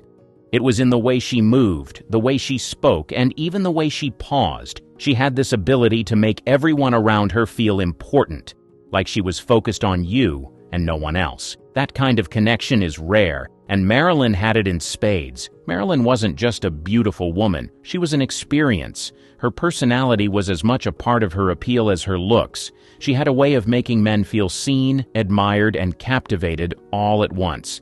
It wasn't just her beauty that lingered in people's minds. It was the way she made them feel, a combination of warmth, playfulness, and mystery that no one else could replicate. Her hypnotic voice. Marilyn Monroe's voice was as much a part of her allure as her looks. It wasn't just soft, it was hypnotic, like a warm breeze that carried a hint of mystery. Her breathy, delicate tone became her trademark, setting her apart in a world where many women had louder or more polished vocal styles. There was something about the way she spoke that felt intimate, almost as if every word she said was meant just for you. It wasn't just a voice, it was an invitation, drawing people closer and keeping them hooked on every syllable. Her voice had a rhythm to it, a way of lingering on words that made them feel significant. She could turn something as simple as "Happy Birthday" into an unforgettable performance, charm, and a subtle seduction that felt completely natural. It wasn't forced or over the top. It was effortless, like she didn't even realize the effect it had on people. Men loved the way she sounded because it was so uniquely her. It was playful and inviting, yet it carried an undercurrent of vulnerability that made her even more endearing. And it wasn't just her speaking voice. Marilyn's singing added another dimension to her appeal. Whether it was the cheeky charm of "Diamonds Are a Girl's Best Friend," but diamonds are a girl's best friend, or the soulful sweetness of "I Want to Be Loved by You," I wanna be loved by you alone. Boop, boop-be-doo. her performances were magnetic. She didn't have the most powerful voice in the world, but she didn't need it. The way she sang felt personal, like she was sharing a secret with her audience. Her voice wasn't just about hitting the right notes, it was about creating a feeling, a connection that stayed with you long after the song ended. There was also an honesty in her voice that couldn't be ignored. It wasn't polished to perfection, there were little cracks and whispers that made it feel human, real. That rawness only added to her charm, making her voice feel like an extension of her personality, playful, seductive, and heartbreakingly genuine all at once. Her voice became one of her most powerful tools, not just in her career, but in the way she captivated people. It wasn't just something you heard, it was something you felt. Marilyn Monroe didn't just speak or sing, she created moments, ones that lingered in the mind long after the sound faded. For men, her voice was like everything else about her, impossible to forget. She was intelligent and calculating. She was incredibly smart, and she used that intelligence to carefully craft her image and build a career that would make her unforgettable. Every move she made was intentional, every decision calculated to maximize her appeal and ensure she stayed at the center of attention. She wasn't just the girl who got lucky in Hollywood, she was a woman who understood the game and played it better than almost anyone. Marilyn knew exactly how to present herself to the world. She leaned into the blonde bombshell persona, but it wasn't because she believed that was all she could be. It was because she understood how much power that image held. She recognized what people wanted from her and gave it to them, amplifying her allure while keeping just enough mystery to keep them hooked. Her breathy voice, her playful laugh, her signature walk, none of it was accidental. Marilyn meticulously shaped every aspect of her public persona, creating a brand long before celebrities thought in those terms. She was also incredibly strategic about who she associated with. Marilyn didn't surround herself with just anyone. She aligned herself with people who could elevate her status and further her career. From her marriages to high-profile figures like baseball legend Joe DiMaggio and playwright Arthur Miller, to her rumored connections with powerful men in politics, Marilyn understood the importance of building relationships that kept her in the spotlight. She wasn't using people in a shallow way. She was navigating a world that often underestimated women by leveraging her charm and connections to create opportunities for herself. But it wasn't just about who she knew.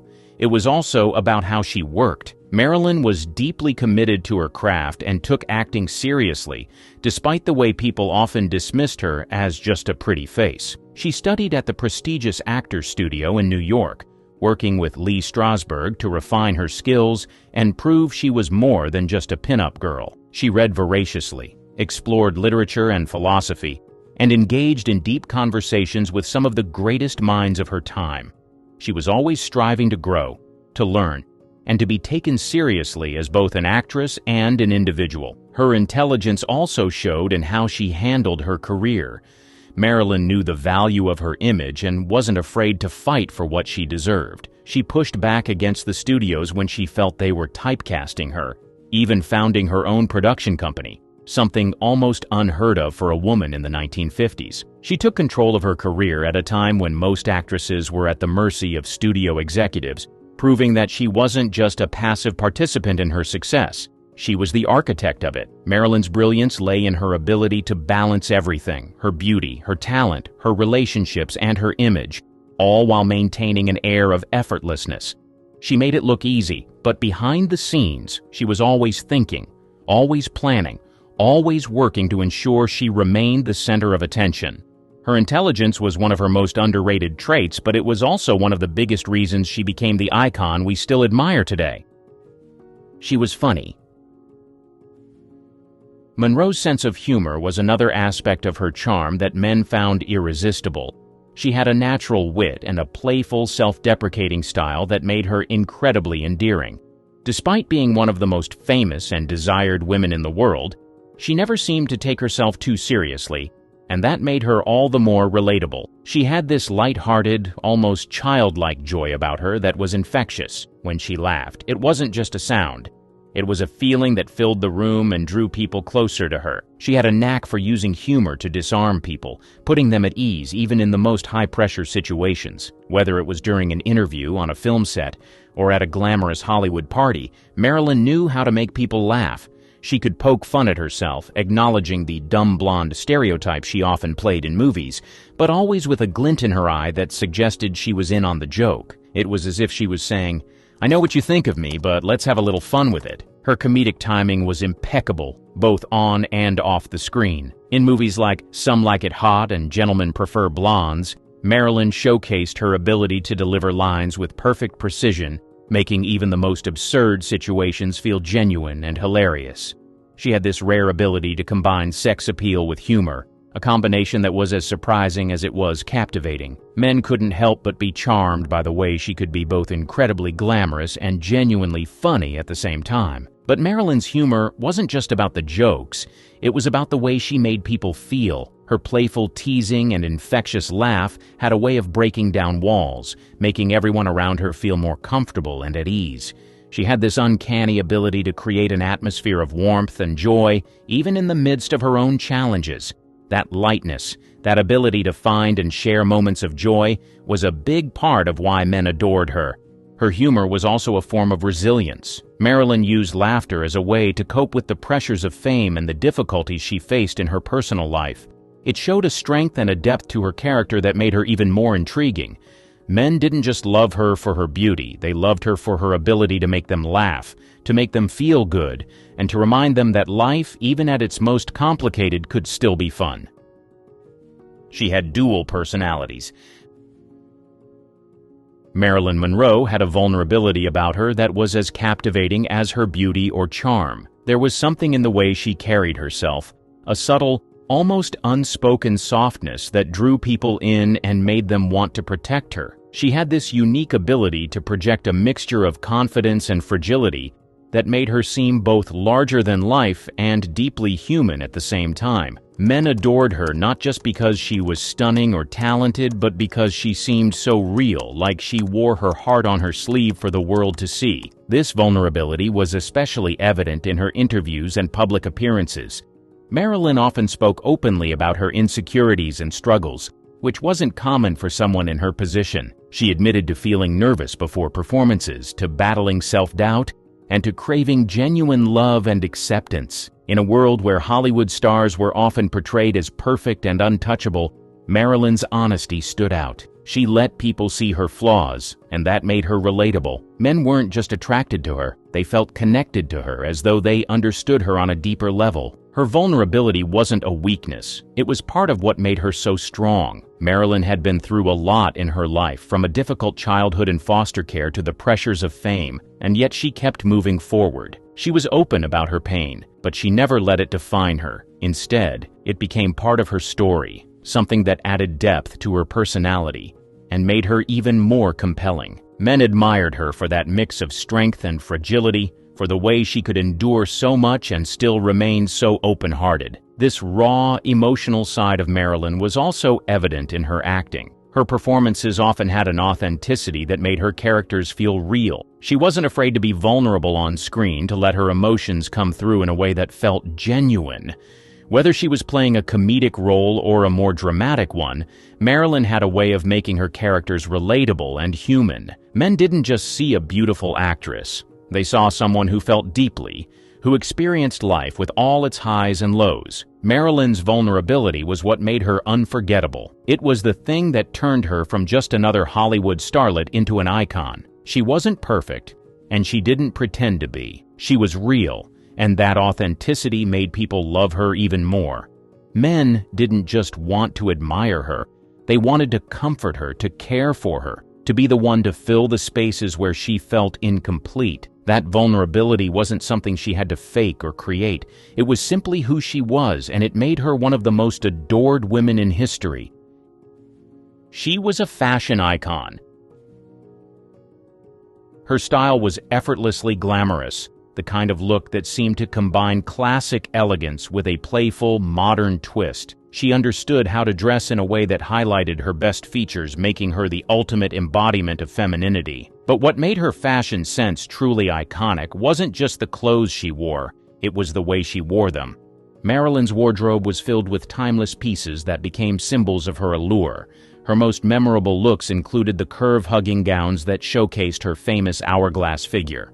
One of the most iconic was the white halter-neck dress she wore in The 7-Year Itch, which became legendary the moment she stood over a subway grate and let the wind blow the dress up. Isn't it delicious? The look was sensual but playful, confident but not overly exposed.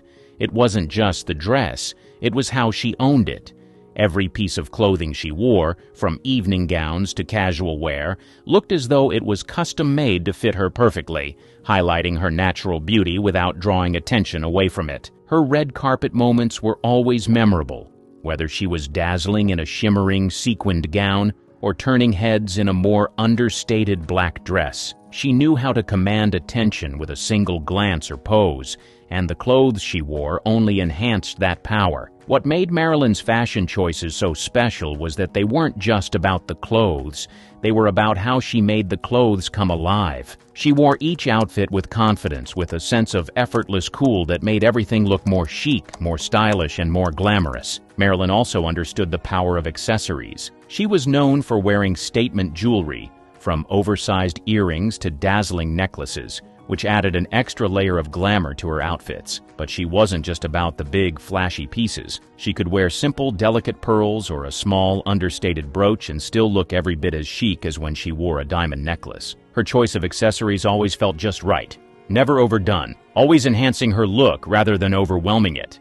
Her fashion sense was also very much in tune with the times, yet timeless. As a woman in the 1950s, she embodied the era's ideals of beauty and femininity, but she did so with a modern flair that set her apart from other women of the time. She wasn't afraid to take risks with her fashion, whether it was sporting a dramatic fur coat or experimenting with new trends that would later become iconic in their own right. But perhaps what made Marilyn a true fashion icon was how she transcended trends. It wasn't about following what was fashionable, it was about creating a signature look that was all her own. Marilyn had an innate understanding of what worked for her body, her persona, and her public image. She became the epitome of classic Hollywood glamour, a look that continues to inspire designers and celebrities to this day. In a way, Marilyn's fashion was an extension of her entire persona, flirty, glamorous, and full of life. She used clothes to express herself, not to hide behind them, and that's what made her stand out. She didn't just wear beautiful clothes, she made the clothes work for her, elevating them to a whole new level of chic and cementing her place as one of the greatest style icons of all time. Men were drawn to Nancy for the same reason they'd follow the most powerful force in the universe, because she was impossible to ignore. She wasn't the damsel in distress, she was the woman who could seduce you with a glance and hold you captive with a single word. Nancy Kovac wasn't just loved, she was admired, respected, and ultimately desired. And the magic? It was all in her unapologetically mature femininity. She was an intelligent seductress. Honestly, none of the most irresistible things about her was that she was more than just some eye-catching bombshell, though. Let's not kid ourselves. She definitely was that too. No, Nancy had something that made her stand out even more. She was seriously smart. We're talking about a woman who graduated from college at just 19. She was Mensa-level smart. For those of you who don't know, that's some elite, top-tier intellect. She didn't just show up and look good. She was challenging minds, dominating conversations, and being absolutely brilliant while doing it. And here's the thing. It wasn't just that she was smart. It was that she wore her intelligence like a cloak, wrapping it around her like it was part of her allure. When she spoke, she had that sultry, confident vibe, casually drawing you in with her piercing eyes and the effortless grace that comes from years of practice. But then, just like that, she hits you with a thought-provoking idea, or a quick-witted retort that stops you dead in your tracks. It's like she read your mind, and you didn't even see it coming. That's the real magic. Now, here's where it gets even more dangerous. She wasn't just the intellectual type, all books and no charm. Far from it. She was sexy in a way that made your head spin. It wasn't about being loud or brash, it was more subtle, like a slow burn. Picture her in a cocktail lounge, sipping on a martini, effortlessly mixing high-level conversation with that quiet but undeniable allure. She could draw you in with her sharp mind, and before you even knew it, you were tangled up in the charisma she exuded. It's this rare combo of being able to school you on the finer points of philosophy while also making your heart race just by looking at you that really set her apart. Nancy made being intelligent sexy. She could destroy you in a game of chess, or she could destroy you in a much more, personal way, all while wearing a silk gown. That mix of sensuality and smarts? It's like the ultimate brain teaser for any guy. And most men could simply not resist her. I mean, how often do you meet someone who can make you think and feel at the same time? She wasn't just the girl who you'd fall for because of her looks or because of her mind. She was the one who made you want to know more. You wanted to peel back the layers of her personality, each one revealing a bit more complexity, charm, and mystery. And men, they couldn't resist it. There's just something about a woman who's not only a conversation starter but also a bit of a challenge, and Nancy was exactly that, a mix of brilliance, elegance, and allure that made her the kind of woman you couldn't stop thinking about. Her voice was attractive. You know how some voices are so soothing they make you want to sink into a chair and relax, and others are so commanding they demand your attention? Nancy had that magical balance between the two. It was velvety, smooth, and yet strong, like she could take charge of a room without ever raising her voice. It wasn't high-pitched or overly sweet like so many actresses of the time. No, Nancy's voice was mature, polished, and magnetic, the kind of voice that immediately captured attention. When she spoke, you didn't just hear her, you felt her. There was an undertone of authority, but it was wrapped in this irresistible, almost seductive quality that made you want to lean in just a little bit closer. She was the kind of person that when she spoke, you just had to listen, like they're about to say something that could change your entire perspective on life. That's what Nancy did with her voice. Whether she was sharing an interesting anecdote or delivering a sharp line in one of her roles, there was this electric charge that ran through the air. You couldn't help but feel like she was about to let you in on a secret, something that would completely flip your world upside down.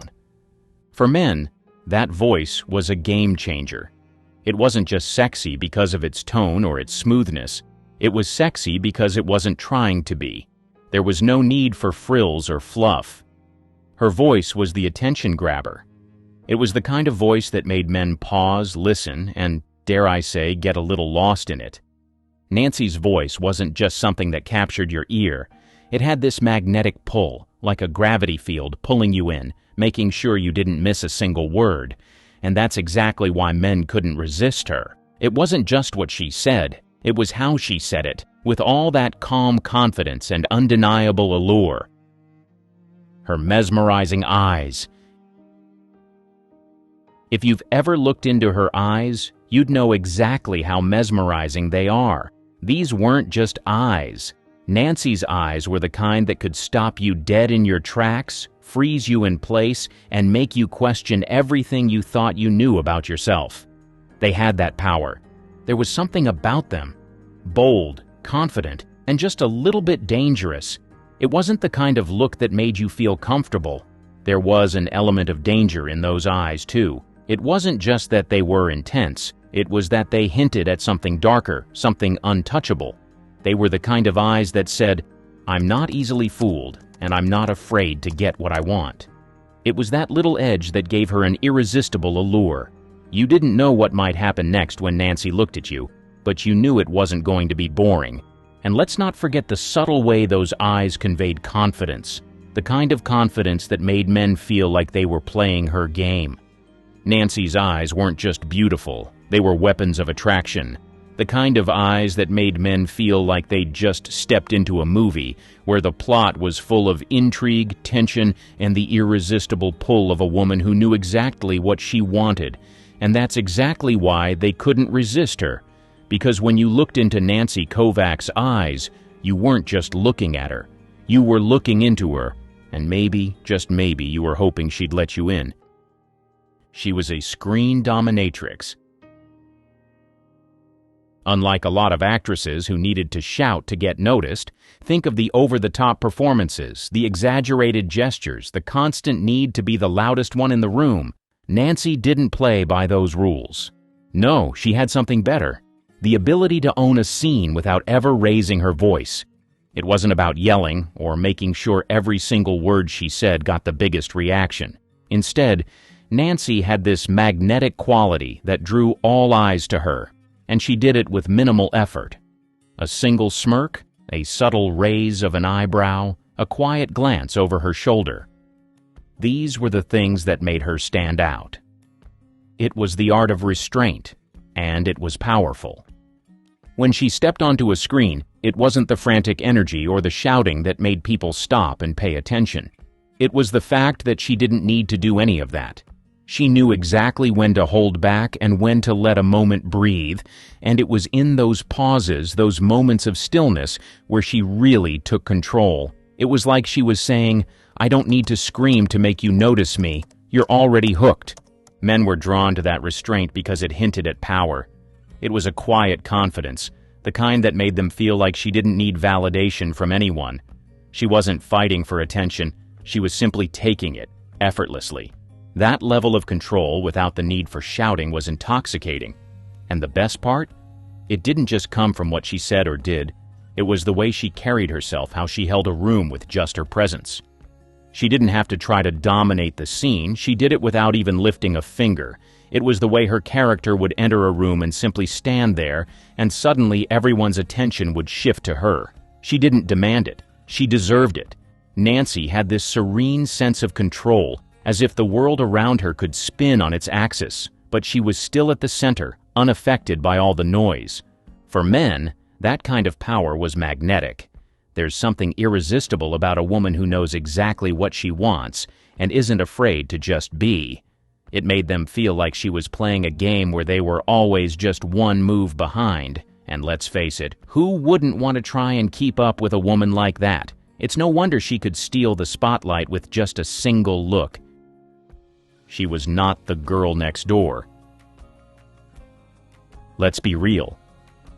In the era Nancy Kovac rose to fame, most female stars were hustling hard to be the girl next door. You know, sweet, innocent, wholesome, the kind of woman you take home to mom. But Nancy didn't bother with that act. She wasn't trying to bake cookies in gingham dresses or giggle her way into hearts. Nope. She was exotic, elegant, and totally unbothered by the pressure to be relatable. And that's exactly what made her unforgettable. Nancy leaned into her sophistication. She knew she looked like she just stepped off a yacht in the Mediterranean or walked out of some exclusive Manhattan cocktail lounge. She wasn't trying to be your high school crush. She was the woman you only dreamed about meeting in real life. The kind of woman who made you sit up straighter, fix your tie, and hope, just hope, you'd be good enough to hold her attention. And here's the paradox. That distance, that untouchable aura, it made her even more desirable. Men didn't watch her and think they could run into her at the grocery store. Number. They watched her and thought, if they met her, they'd have to bring their absolute A-game just to get a second glance. She didn't want to be protected. She didn't need to be. She was self-possessed, polished, and totally in control of her image. And that flipped the whole dynamic. Instead of men feeling like they had to save her, they felt like they had to earn her. That kind of energy, it's addictive. It's the stuff that keeps people coming back, wondering what makes her tick, wondering if maybe, just maybe, they'd be the one to crack her code. Nancy knew exactly who she was, sophisticated, bold, and just out of reach, and she made no apologies for it. In a sea of girl-next-door types, she stood tall as the captivating enigma men couldn't stop thinking about. She was selective with roles. Let's face it, the Hollywood industry is and always will be cutthroat. It's only accessible to a select few, and so a lot of actors get desperate scrambling for roles and accepting anything that's given to them. Nancy, however, was the opposite. She didn't take just any part thrown her way. She chose roles that aligned with her brand, roles that kept her image sharp, sophisticated, and powerful. That kind of career discernment wasn't just about strategy. It was a major turn-on for men. Why? Because it showed confidence, real confidence. She knew her worth, and she wasn't about to dilute it by playing some forgettable side character or a ditzy throwaway part that didn't serve her image. Nancy had standards, and she stuck to them. That told men she wasn't desperate. She was in control. And if you really think about it, it's not hard to see why. There's something wildly attractive about a woman who knows what she brings to the table and refuses to settle. It wasn't about being difficult or hard to work with. It was about protecting her persona. She had this air of quality over quantity. She'd rather wait for the right role than grab a dozen that didn't suit her. And that restraint only made her more alluring. Men admired that level of self-awareness. It was like she was saying, I'm not here to beg for attention. I am the attention. She wasn't trying to stay visible by overexposing herself. She knew that being a little elusive, a little choosy, kept people wanting more. It's the same reason luxury is more desirable than mass production. Nancy made herself luxury, and that made men chase. Because when a woman doesn't need the spotlight but can command it the moment she steps in, that's not just attractive. That's magnetic. She loved animals. Now let's talk about something unexpected, but seriously attractive. About Nancy Kovac, her deep compassion for animals. This glamorous, scene-stealing beauty also had a major soft spot for the furry and voiceless. She didn't just say she liked animals to seem relatable. She actually put her time and heart into supporting animal rights organizations. That kind of genuine care revealed a whole different layer to her, and men noticed. Why did this matter? Because it showed she wasn't just brains and beauty. She had heart. In a world where so many stars were all about appearances, Nancy's involvement in causes like animal welfare hinted at a nurturing, empathetic side. That compassion made her feel more real, not in a girl-next-door way, but in a she'll rescue a stray cat while wearing designer heels way. And trust me, men loved that contradiction. There's something irresistible about a woman who's confident, stunning, maybe even a little intimidating. And then suddenly you see her gently cuddling a rescue puppy or donating to a shelter. That softness, that quiet kindness, it melts people. It showed that beneath the commanding presence and sultry stare was someone with a deep well of tenderness. She wasn't cold or detached. She cared, and she cared deeply. Plus, it made men imagine what kind of partner she'd be. Someone with that much empathy wasn't just playing at kindness, she'd bring that same warmth into her relationships. It made her seem grounded, connected, and emotionally intelligent. And that kind of woman? That's the one you don't just admire, it's the one you want to keep. So while Nancy Kovac was dazzling on screen, what made her truly unforgettable was the mix of dominance and compassion, the seductress who could break your heart with a glance, or rescue a kitten without blinking. Her choice of partners. Nancy wasn't into the typical Hollywood playboys or the flavor-of-the-month heartthrobs. She was drawn to accomplished men with intellect, power, talent, and prestige. Her rumored relationship with Cary Grant, one of the most sophisticated and sharp minds in the industry, already says a lot. But then she went and married Zubin Mehta, one of the world's most celebrated orchestral conductors in 1969. That wasn't just a love story, it was a statement. It told men something loud and clear. She had standards, and not just the shallow kind. She wasn't looking for a handsome face. She was drawn to men who could match her in depth, ambition, and sophistication. That's a massive part of her allure. When a woman as beautiful, intelligent, and poised as Nancy chooses someone, it feels like being selected by royalty. It's not easy to impress a woman like that, and that challenge alone made her even more irresistible. It also flipped the typical dynamic. Men didn't see her as someone to pursue just for fun. They wanted to earn her respect. They saw her as a woman of substance who wouldn't settle for anything less than the best. And that made her more than a sex symbol. It made her a muse, someone who inspired ambition, admiration, and, let's be honest, a little intimidation. That preference for meaningful, high-level connection showed how discerning she was, and that's incredibly attractive. She was playing chess, not checkers, and only a few were ever lucky enough to be invited to the table.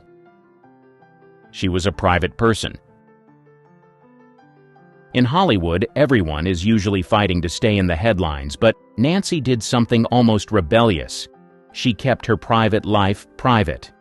That level of poise? It wasn't just classy, it was magnetic. She didn't air out her relationships in public, didn't chase scandal for attention, and never seemed to need the validation of tabloids to feel important. That showed real self-assurance. She knew who she was and didn't need a media circus to confirm it. And that calm confidence, that quiet mystery, it drove men wild. There's something incredibly attractive about a woman who can move through the spotlight without being consumed by it. Nancy had that old-school grace. She knew how to leave a room full of people wanting more, never overexposing herself, never giving too much away. She understood the art of the reveal, and, more importantly, the power of restraint. Think about it. Mystery has always been alluring, and Nancy mastered it. She wasn't icy or distant, she was just in control. She chose what the world got to see. And that kind of control, that ability to hold her own secrets and protect her peace, made her feel untouchable, like you could admire her, even dream about her, but you couldn't possess her. And men love that. Because it wasn't just about beauty or talent, it was about dignity. Nancy carried herself with elegance in public, but you always got the feeling that the most interesting parts of her were reserved for those truly close to her. That made her feel exclusive, not because she was trying to be difficult, but because she valued her own story too much to sell it off cheaply. In short, Nancy Kovac didn't just have poise, she had boundaries wrapped in silk and confidence, and nothing's more irresistible than a woman who knows her worth and keeps the best parts of herself sacred. She had a mature femininity. Nancy Kovac's allure in the 1960s wasn't just about her stunning looks. It was her embodiment of mature femininity that truly set her apart. While many actresses of the era leaned into portraying youthful innocence, Nancy confidently embraced her womanly essence, exuding sensuality and self-assurance that captivated audiences and co-stars alike. Consider her role as Medea in Jason and the Argonauts, 1963. Nancy portrayed the character with a depth and allure that was both commanding and enchanting. Her performance wasn't about playing coy or demure. Instead, she brought a sophisticated sensuality to Medea, making her a memorable and integral part of the film's enduring appeal. In Diary of a Madman, 1963, Nancy took on the role of Odette Malotte, a character that required a balance of charm and complexity. She delivered a performance that highlighted her ability to portray mature, multifaceted women, steering clear of one-dimensional youthful stereotypes. Her on-screen presence was magnetic, drawing viewers into the narrative through her nuanced portrayal. Nancy's guest appearances on television further showcased her mature femininity. In the original Star Trek series, she played Nona in the episode A Private Little War, 1968. Nona was a native medicine woman whose confidence and allure were central to the plot. Nancy's portrayal brought a sultry and assertive energy to the character, making her stand out in the sci-fi landscape. Her fashion choices off-screen also reflected this mature elegance. Nancy often opted for sophisticated attire that accentuated her natural curves, favoring form-fitting gowns and stylish ensembles over the more girlish trends of the time. This sartorial confidence sent a clear message. She was a woman comfortable in her own skin, embracing her age and femininity without reservation. This self-assuredness translated into her interactions and public persona. Nancy didn't rely on overt flirtation or coquettish behavior to garner attention. Instead, her poised demeanor and intelligent conversation made her presence known. Men were drawn to her not because she sought their validation, but because she exuded an independence and maturity that was both refreshing and enticing. In an industry often obsessed with youth, Nancy Kovac's embrace of her mature femininity was a bold and empowering choice. She demonstrated that sensuality and allure are not confined to ingenues, but are perhaps even more potent when paired with the confidence and depth that come with experience. Nancy's legacy is a testament to the timeless appeal of a woman who knows herself and isn't afraid to show it. In the golden era of Hollywood, a lavish party was in full swing at the grand Beverly Hills home of Errol Flynn, the swashbuckling hero of the silver screen. The year was 1940, and Flynn, at the height of his fame, was known as much for his off-screen escapades as for his on-screen adventures. The air was thick with the scent of expensive perfume and the sound of clinking glasses as Hollywood's elite mingled under the starlit sky. But beneath the surface of this glittering spectacle lay a darker side to the charismatic actor. Flynn, with a drink in one hand and a mischievous glint in his eye, was the life of the party. However, his charm masked a penchant for trouble that often put him at odds with the law and the Hollywood establishment. On this particular night, as the party roared on, Flynn's behavior took a turn that would add yet another scandalous chapter to his already notorious reputation. As the story goes, Flynn, in a moment of drunken bravado, decided to play a prank on a fellow actor, a prank that would later be recounted in hushed tones among the Hollywood circles. He had smuggled a live tiger into the party, a wild and dangerous stunt that sent guests into a frenzy. The tiger, bewildered and scared, roamed the lavish halls, causing chaos and panic among the glamorous crowd. Flynn's laughter echoed through the mansion as he watched the spectacle unfold, seemingly oblivious to the danger and distress he had caused. This incident was emblematic of Flynn's approach to life, reckless, daring, and often crossing the line of decency. His actions that night were not just a display of poor judgment, they were a reflection of a deeper disregard for the consequences of his actions. Flynn's life was a series of such escapades, each more outrageous than the last, painting a picture of a man who lived by his own rules, regardless of the cost to himself or others. Flynn's behavior was often excused as the eccentricities of a genius, his charm and talent overshadowing his indiscretions, but to those who bore the brunt of his actions, he was a man whose charisma could quickly turn into callousness. His antics, though often dismissed as the follies of a Hollywood star, were indicative of a troubling pattern of behavior. As the night wore on and the party guests recovered from their initial shock, the incident with the tiger became yet another tale to be told about Errol Flynn, the charming rogue of Hollywood. But for those who looked closer, it was a stark reminder of the darker side of fame, a world where excess and arrogance were often mistaken for charm and charisma. This story of Flynn and his tiger is just one of many that illustrate the complex and often troubling nature of some of Hollywood's most iconic figures. As we delve deeper into the lives of these stars, we uncover a world where the glitz and glamour of the silver screen often mask the more troubling aspects of fame and fortune. From Flynn's wild escapades to the fiery temperament of Shelley Winters, the golden era of Hollywood was as much about the drama off-screen as it was about the stories told on it. Errol Flynn, the swashbuckling rebel. Born in Tasmania in 1909, Flynn's journey to Hollywood stardom was marked by a series of escapades that foreshadowed his future reputation. His early years were spent in Australia and Papua New Guinea, where he was known for his rebellious nature and love for adventure, traits that would later define his persona both on and off the screen. Flynn's arrival in Hollywood in the early 1930s was the beginning of a career that would make him one of the most iconic figures of the golden age of cinema.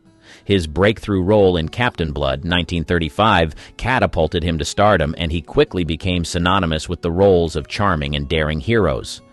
However, it was his off-screen life that often captured the public's imagination just as much as his on-screen exploits. Flynn's Hollywood was a place of excess and extravagance, and he embraced this lifestyle wholeheartedly. He was known for his lavish parties, which were legendary for their opulence and the debauchery that often ensued. Flynn's home, Mulholland Farm, became a symbol of his extravagant lifestyle, a place where Hollywood's elite would gather to indulge in the hedonistic pleasures of the era.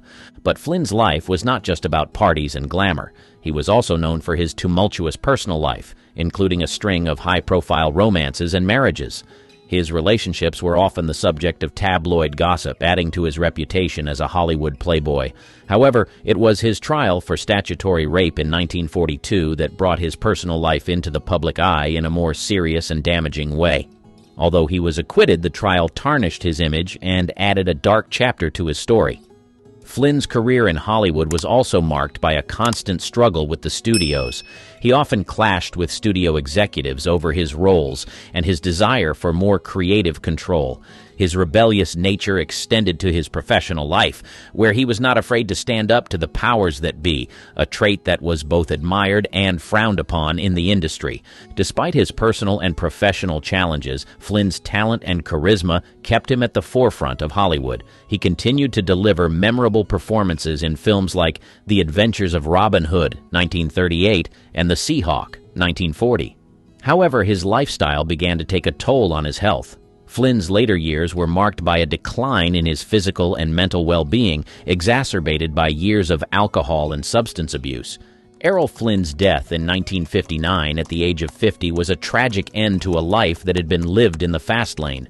His legacy, however, lives on in the annals of Hollywood history. Flynn's life was a testament to the allure and dangers of stardom, a reminder of the thin line between the glamorous facade of Hollywood and the often tumultuous reality behind it. His story is one of talent, charm, and defiance, but also of excess, controversy, and the ultimate cost of fame. Tallulah Bankhead, Hollywood's wild card. With her husky voice, flamboyant personality, and unabashed approach to life, was a force to be reckoned with in Hollywood. Born into a prominent political family in Alabama in 1902, Bankhead's journey to stardom was as unconventional as her personality. She first made her mark on the New York stage before venturing into the world of Hollywood cinema. Bankhead's arrival in Hollywood in the 1930s was met with great anticipation. Known for her successful theater career, she brought a sense of sophistication and raw talent to the screen. However, it was her off-screen antics that often overshadowed her professional achievements. Bankhead was notorious for her wild parties, her quick wit, and her propensity for shocking the conservative sensibilities of the time. One of the most telling anecdotes of Bankhead's audacious nature occurred during the filming of Lifeboat, 1944, directed by Alfred Hitchcock. Known for her disdain for wearing undergarments, Bankhead reportedly refused to wear any during the shoot, much to the discomfort of her co-stars and the crew. When a complaint was made, Hitchcock famously quipped that he didn't know if the issue was a matter for the costume department, hair and makeup, or props. This incident was emblematic of Bankhead's devil-may-care attitude and her refusal to conform to Hollywood norms. Bankhead's personal life was as colorful as her public persona. She was openly bisexual at a time when such things were kept private, and her romantic escapades were the subject of much gossip. Her relationships, often with prominent figures, added to her reputation as a Hollywood maverick. Bankhead never shied away from speaking her mind, and her sharp tongue was both feared and admired in the industry. Despite her talent, Bankhead's film career never reached the heights of her stage success. She often clashed with studio executives and directors, and her unrestrained lifestyle led to reliability issues on set. Her outspoken nature and refusal to play by the rules made her a controversial figure in the industry. Bankhead's health suffered due to her excessive lifestyle, particularly her heavy smoking and drinking. These habits took a toll on her career and her well-being, leading to a decline in her health in her later years. Despite these challenges, Bankhead remained a beloved figure in the entertainment world, known for her indomitable spirit and her ability to light up a room. Marlon Brando, method acting or madness? Renowned for his groundbreaking acting and magnetic screen presence, was equally famous for his unpredictable and often difficult behavior. His approach to acting and his interactions on set left an indelible mark on Hollywood, but not always for the right reasons. Brando's method acting, which brought depth and realism to his performances, also came with a reputation for being challenging to work with. One of the most notable instances of his difficult behavior was during the filming of One-Eyed Jacks, 1961, which Brando directed and starred in. His perfectionism led to endless takes, significantly delaying the production and infuriating the crew. His insistence on exploring the psychological depths of his character often came at the expense of the production schedule and budget. Another infamous episode occurred on the set of The Godfather, 1972. Brando, known for his disdain for memorizing lines, would often improvise or require cue cards, leading to frustration among his co-stars and the film's director, Francis Ford Coppola. His unconventional methods, while resulting in an iconic performance, created tension and challenges during the filming process. Brando's behavior extended beyond the set as well. He was known for his activism and outspoken nature, which, while admirable, sometimes led to clashes with Hollywood's power structure. His famous refusal to accept the Academy Award for The Godfather in protest of Hollywood's portrayal of Native Americans was a bold statement, but it also alienated many in the industry. In Last Tango in Paris, 1972, Brando's on-set behavior was particularly controversial. The film's explicit content and Brando's approach to his role led to a significant backlash and raised ethical questions about the treatment of co-star Maria Schneider. The film remains a subject of debate, with Brando's methods being scrutinized for their impact on his young co-star. Brando's later career was marked by a reputation for being uncooperative and difficult to predict. His demands became increasingly eccentric, and his commitment to projects was often questioned. This behavior cost him roles and strained his relationships with directors and producers. Katharine Hepburn, the fierce independent. Known for her sharp wit and strong personality, was a Hollywood icon who often clashed with the industry's expectations, particularly for women. Her independent spirit, while admirable, sometimes manifested in ways that made her notoriously difficult to work with. Hepburn's refusal to conform to Hollywood standards extended to her behavior on set. She was known for her directness and unapologetic nature, which, while refreshing, often rubbed directors and co-stars the wrong way. Her insistence on having things done her way led to several high-profile conflicts. One notable incident occurred during the filming of The African Queen, a 1951. Hepburn's relationship with director John Huston was strained as their strong personalities clashed. Hepburn's insistence on her artistic vision and her uncompromising approach to her character created tension throughout the production. Her co-star, Humphrey Bogart, and Huston found her to be demanding and at times inflexible, which led to a challenging working environment. Hepburn's off-screen behavior was equally formidable. She was outspoken in her opinions and often clashed with studio executives over her roles and public image. Her refusal to partake in the traditional Hollywood publicity machine, including avoiding the press and red carpet events, was seen as rebellious and difficult. While this stance was rooted in her desire for privacy and authenticity, it was often perceived as aloofness or arrogance. Her personal life, particularly her long-term relationship with Spencer Tracy, was another area where Hepburn defied conventions. Despite Tracy being married, their relationship was an open secret in Hollywood. Hepburn's involvement with a married man was controversial, and her refusal to address or apologize for the situation added to her reputation as a Hollywood maverick. Despite these challenges, Hepburn's talent and on-screen charisma were undeniable. She delivered numerous acclaimed performances and won several Academy Awards. However, her path was not without its obstacles, largely due to her uncompromising nature and willingness to challenge the status quo. Orson Welles, genius or tyrant? Celebrated for his extraordinary talent and visionary work, was also notorious for his tyrannical behavior on set. His perfectionism and unyielding control over his projects often led to clashes with cast members, crew, and studio executives. Welles' directorial debut, Citizen Kane, 1941, is a prime example of his genius, but also of his difficult nature.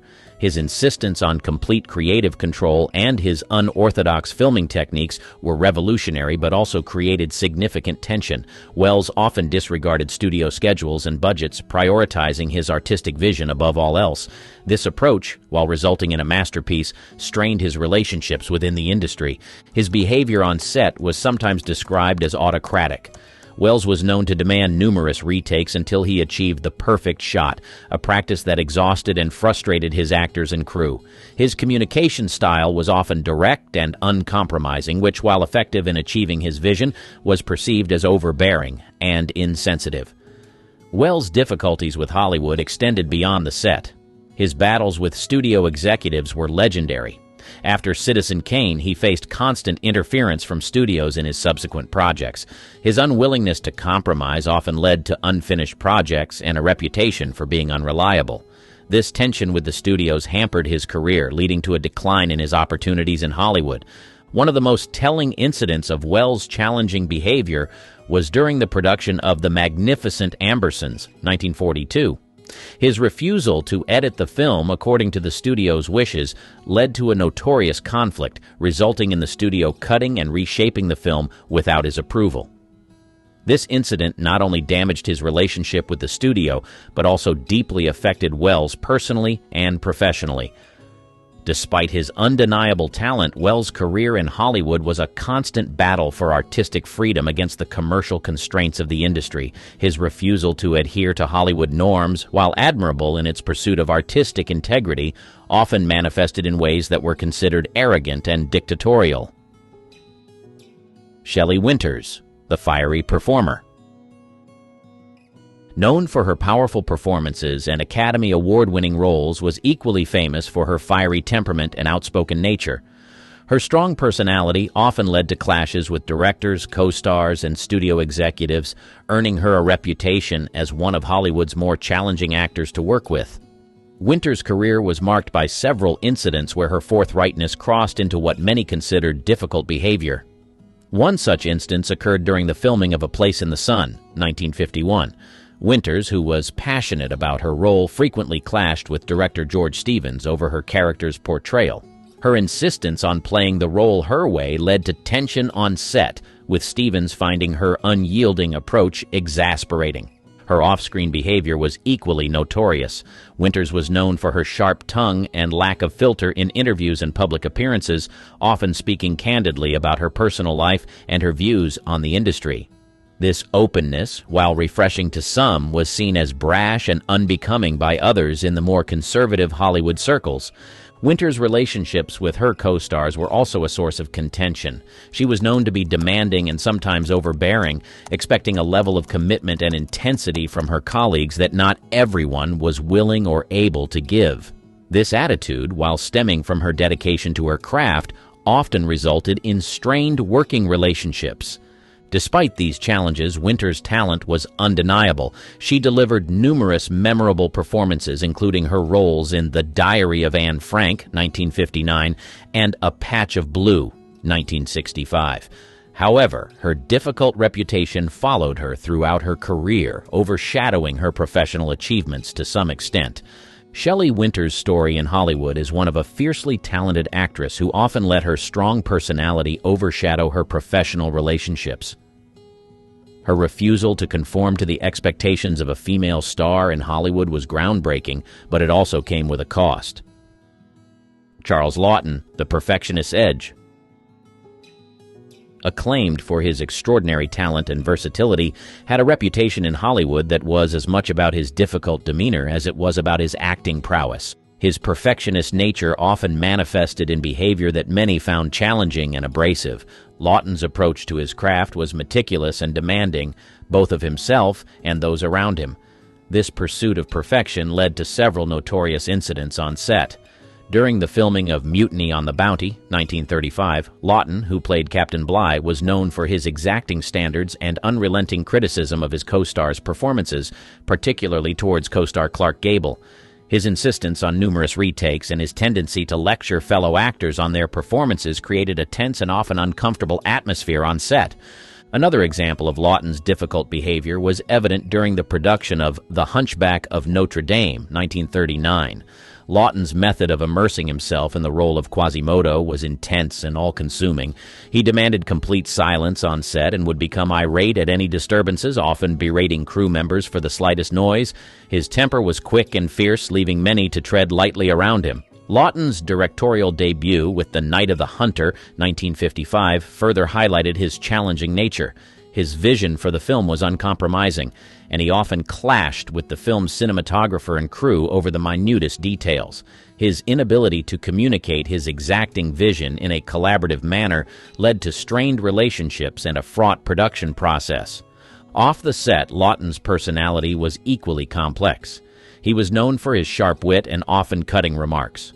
While he could be charming and gregarious, he could also be dismissive and scornful, particularly towards those he felt were not at his level of intellect or talent.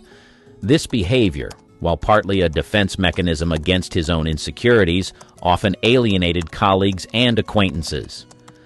Despite his undeniable talent, Laughton's career was undoubtedly affected by his reputation for being difficult. Many directors and producers were wary of working with him, not wanting to deal with the challenges he presented.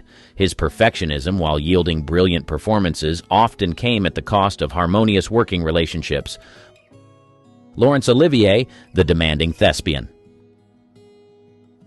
One of the most revered actors of his generation, known for his immense contribution to both stage and screen, had moments in his career that painted him as less than the consummate professional he was often portrayed to be.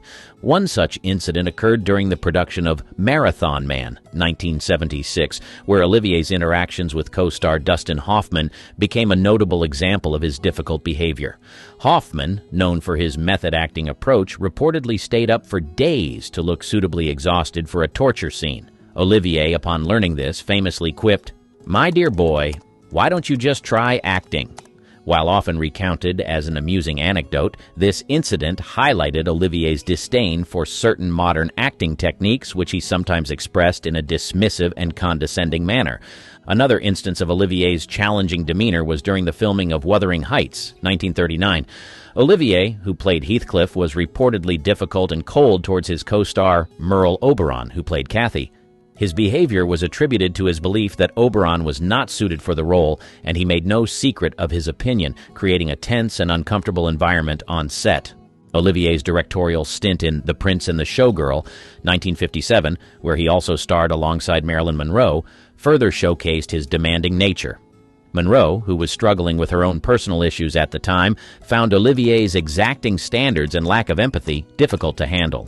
Olivier was openly critical of Monroe's work ethic and acting ability, often expressing his frustration to the crew and cast. This tension was palpable throughout the production and affected the overall atmosphere on set. In his personal interactions, Olivier could also be imperious and aloof. His status as a theatrical legend sometimes translated into a superiority complex in his dealings with other actors and directors. While deeply respected for his craft, Olivier's interactions were not always marked by warmth or humility. Despite these instances, Olivier's contributions to the performing arts cannot be overstated. Marilyn Monroe, behind the glamour. Marilyn Monroe, the quintessential symbol of Hollywood glamour, faced numerous challenges behind the scenes that sometimes led to behavior perceived as unprofessional. While her struggles with mental health and addiction are well documented, there were instances on set that painted her in a difficult light. One of the most notable examples occurred during the filming of Some Like It Hot, 1959. Monroe's frequent tardiness and inability to remember lines caused significant delays. Director Billy Wilder, known for his patience, was pushed to his limits. Monroe would often require dozens of takes to get a scene right, leading to frustration among the cast and crew. Tony Curtis, her co-star, famously quipped that kissing Monroe was like kissing Hitler, a comment he later claimed was made in jest due to the stress of working with her. Another incident took place during the production of The Prince and the Showgirl, 1957, where her co-star and director Laurence Olivier became exasperated with her work ethic. Monroe's reliance on acting coaches, her lateness, and her difficulty with lines led Olivier to express his frustration openly, contributing to a tense atmosphere on set. Monroe's behavior was not limited to film sets. Her personal life was marked by volatility, including multiple marriages and affairs, some with high-profile figures. These relationships often spilled into her professional life, affecting her reputation and the way she was perceived in the industry. It's important to note, however, that Monroe's behavior was often a manifestation of deeper issues. She struggled with severe anxiety, depression, and the pressures of fame. Her upbringing and the exploitation she faced in Hollywood played significant roles in her personal struggles.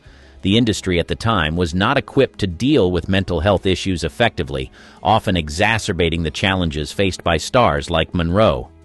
Despite these difficulties, Monroe's talent and charisma were undeniable. She delivered iconic performances and remains a beloved figure in Hollywood history. Picture this. You're an aspiring actor, fresh off the bus in Los Angeles, starry-eyed with dreams of making it big in Hollywood.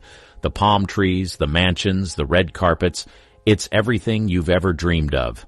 But there's a shadowy side to this city of dreams, secrets that the top Hollywood producers whisper about behind closed doors. You start hearing whispers, murmurs of certain practices, certain topics Hollywood producers will never dare discuss publicly. Why? Because acknowledging them could shatter the very foundation of the entertainment industry. It's more than just the casting couch or the competitive nature of auditions. It's something deeper, more sinister. You think to yourself, is this the price of fame? Are these the unspoken rules I must navigate? Dive with me into the enigmatic underbelly of Hollywood, where we unveil what producers won't ever talk about. This might just be the most riveting story you've never heard. They manipulate contracts. Read the fine print, everyone advises. But when you are an aspiring and talented actor trying to break into the Hollywood industry, you may not really care about agreements or the fine print. All you want is to make some money and get some recognition so you can get other opportunities. Producers know this, and sadly, they use this to their advantage and their advantage only. A lot of Hollywood producers have been known to find great actors and actresses and prey on their naivety. They work on projects with some of these actors and pay them stipends, even when the movie project does really well. By the time the actor knows what's going on, it is already too late and they have to lick their own wounds. But you do not have to take my word for it. Let's expose some of the culprits, shall we? Ever heard of the 1986 movie Aliens? Or perhaps Harry Potter and the Deathly Hallows in 2011? These movies were produced by the same man, John Richardson, and while he has been given a lot of accolades for his work, his dark side is that he exploits actors. One glaring example of an exploitative contract in the case of Megan Parker, a talented young actress with dreams of making it big in Hollywood. She auditioned for a supporting role in a promising independent film, only to find herself caught in a web of deceit. The producer, John Richardson, preyed on her lack of industry experience and offered her an unfair contract with unfavorable terms. The pay rate offered was well below the industry standard, and the contract included an exploitative clause that prevented her from pursuing any other acting opportunities for the duration of the film's production. Megan Parker was way too new to the game to know what she was getting herself into, but when she found out she had been ripped off, it was too late. She had signed the contract and was bound by the agreement. Another notable case where producers exploit actors is the notable case of Academy Award-winning actress Emma Thompson. However, in this case, things didn't go quite as the producer, Robert Harrison, had planned. Thompson had signed on for a leading role in a highly anticipated film, only to discover that the contract limited her creative input and forced her to accept a significantly reduced pay rate. In most other cases, actors usually bow to the whims of the producer, but Thompson was not going to take this lying down. Unwilling to compromise her artistic integrity, she took a brave stand and negotiated fiercely with Harrison, eventually securing more favorable terms and preserving her independence as an actor. Sadly, cases like this where the actor wins are usually very rare. As a matter of fact, a lot of these greedy producers get away with their exploitation and none is the wiser. According to sources, some actually love to look out for desperate yet talented young actors and then feed them soothing words about how they would become stars if they accepted the contract. They make the contract look good, and because the actor is new and has no legal representation, they sign it in excitement and eventually get trapped in the web of lies the producer has woven. An unravelable web. Even worse is that as many cases are out there, they are only the reported ones. There are likely to be hundreds more cases like this that never see the light of day as a result of either the actor's shame or the producer's influence. In the grand scheme of things, a lot of producers are guilty of this evil but will never share it with the world. They also force the actors not to share their stories, and this is one of the dark secrets that they keep under wraps. But perhaps this is a better evil when compared to the next industry secret that producers will never tell anyone. They exchange movie roles for time in the sheets. Let's face it, Hollywood is probably the most competitive industry on the planet. Millions aspire, but only a few dozen eventually make it in. On the path leading to Hollywood success, there are a lot of obstacles and stumbling blocks in your way, and this is why we always celebrate anyone who makes it in and steals our hearts with their amazing talent. As the American dream depicts, you can make it in America if you work hard and remain persistent, right? Wrong. To a very large extent, producers have a huge influence and they decide who gets in and who doesn't. Seems reasonable, doesn't it? The only problem is that while some of these producers base the casting on talents, some do so based on other talents outside of acting. These producers reportedly prey on young women aspiring to make it in Hollywood, and they are always on the lookout for beautiful young women who are desperate enough to satisfy their sick desires. How do they do it, you ask? Well, it's said to start at some exclusive parties and events that double as their hunting grounds. They term it as exclusive parties, and almost everyone who's anyone in Hollywood shows up. Rationally, this would be Candyland for any actress aspiring to get opportunities in Hollywood, and they know this, so they simply throw this big party and wait. Sure enough, hopeful actresses show up and soon the whole place is littered with them, like moths to bright lights. And then these unscrupulous producers swing into action. They shower these hopeful actresses with attention, charm, and promises of stardom. They would say anything to get these women excited and even more hopeful. It's a deadly dance of ambition and vulnerability, and these women find themselves caught in a web where the desire for success blinds them to the hidden price they may have to pay. Allegedly, some of these producers would subtly propose a transaction between them and the talent desperate for a chance to prove themselves. The transaction is obviously outside the confines of professionalism and talent. Something more personal and intimate involves them meeting the producers at a hotel. A lot of these actresses are blindsided by this request, but by then it is too late. They are threatened if they refuse and told they will never get another opportunity with any other producer because they will badmouth and blacklist them. Given not much of a choice, these young hopefuls are lured into a deceitful trap between the devil and the deep blue sea.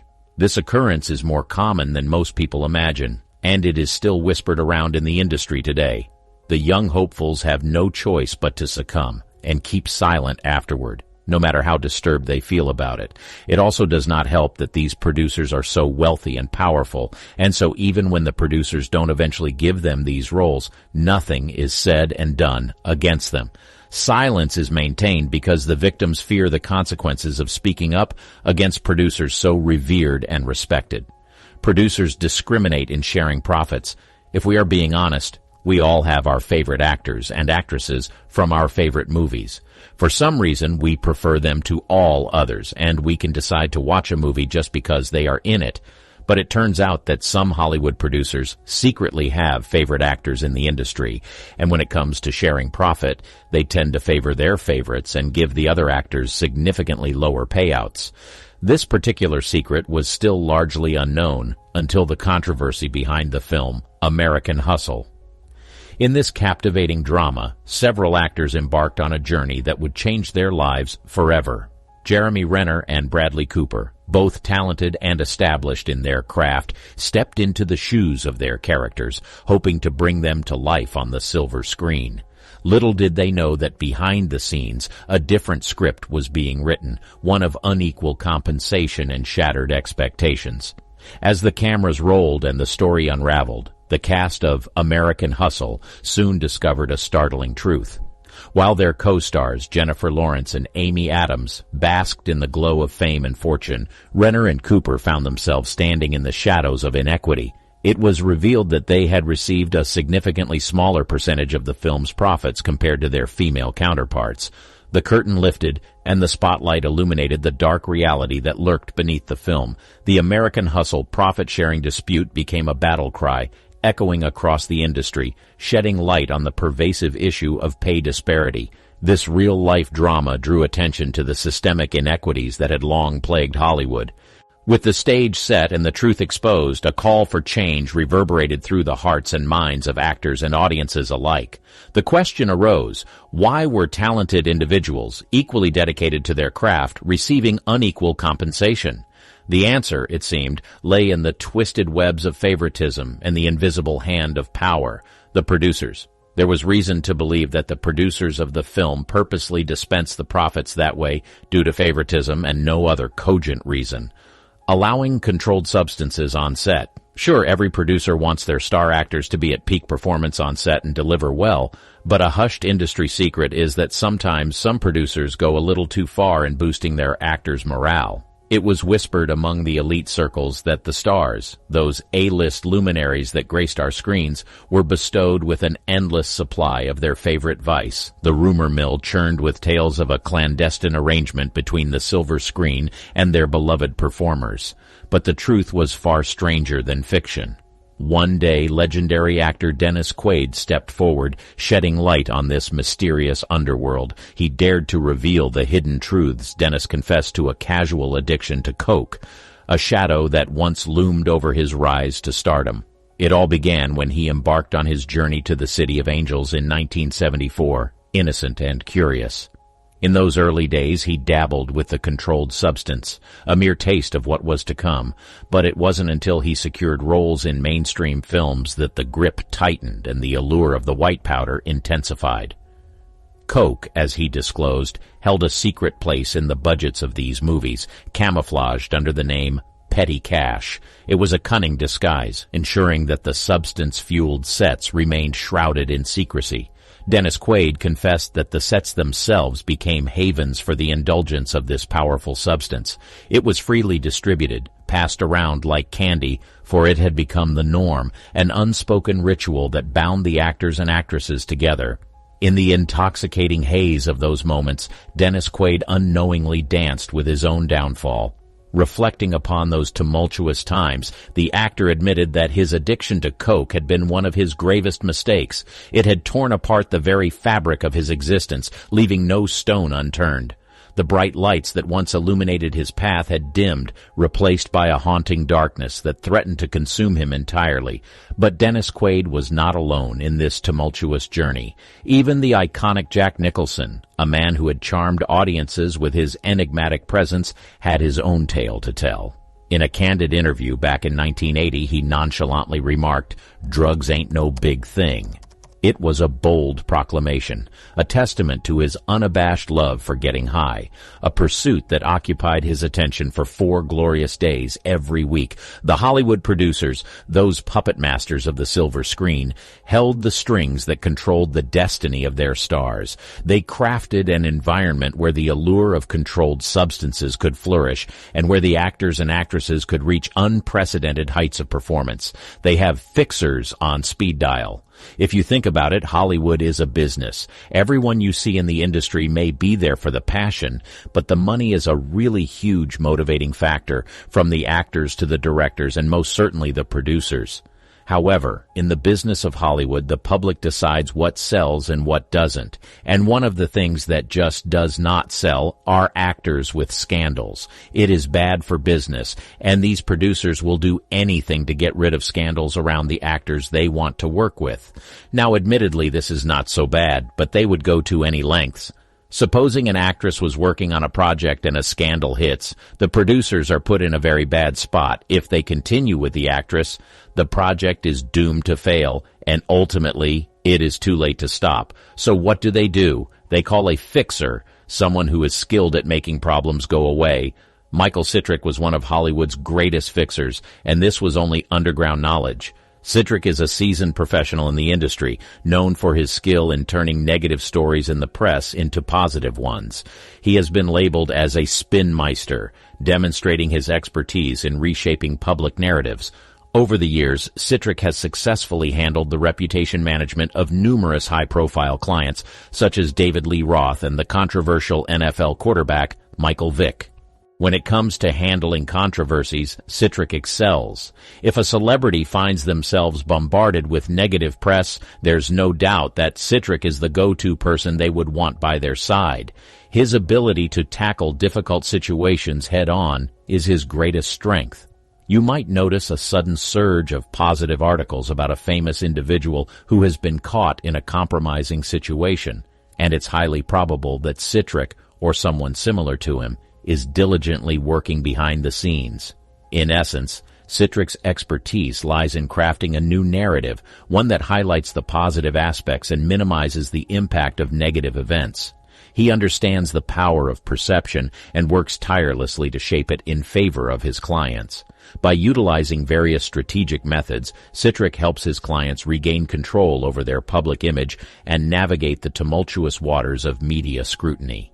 And most Hollywood producers have a Citrick on speed dial. They mount an unhealthy amount of pressure on their stars. In their pursuit of ephemeral beauty, Hollywood starlets are not only judged by their adoring fans and the unforgiving public, but also by the agents and producers who wield their power like a double-edged sword.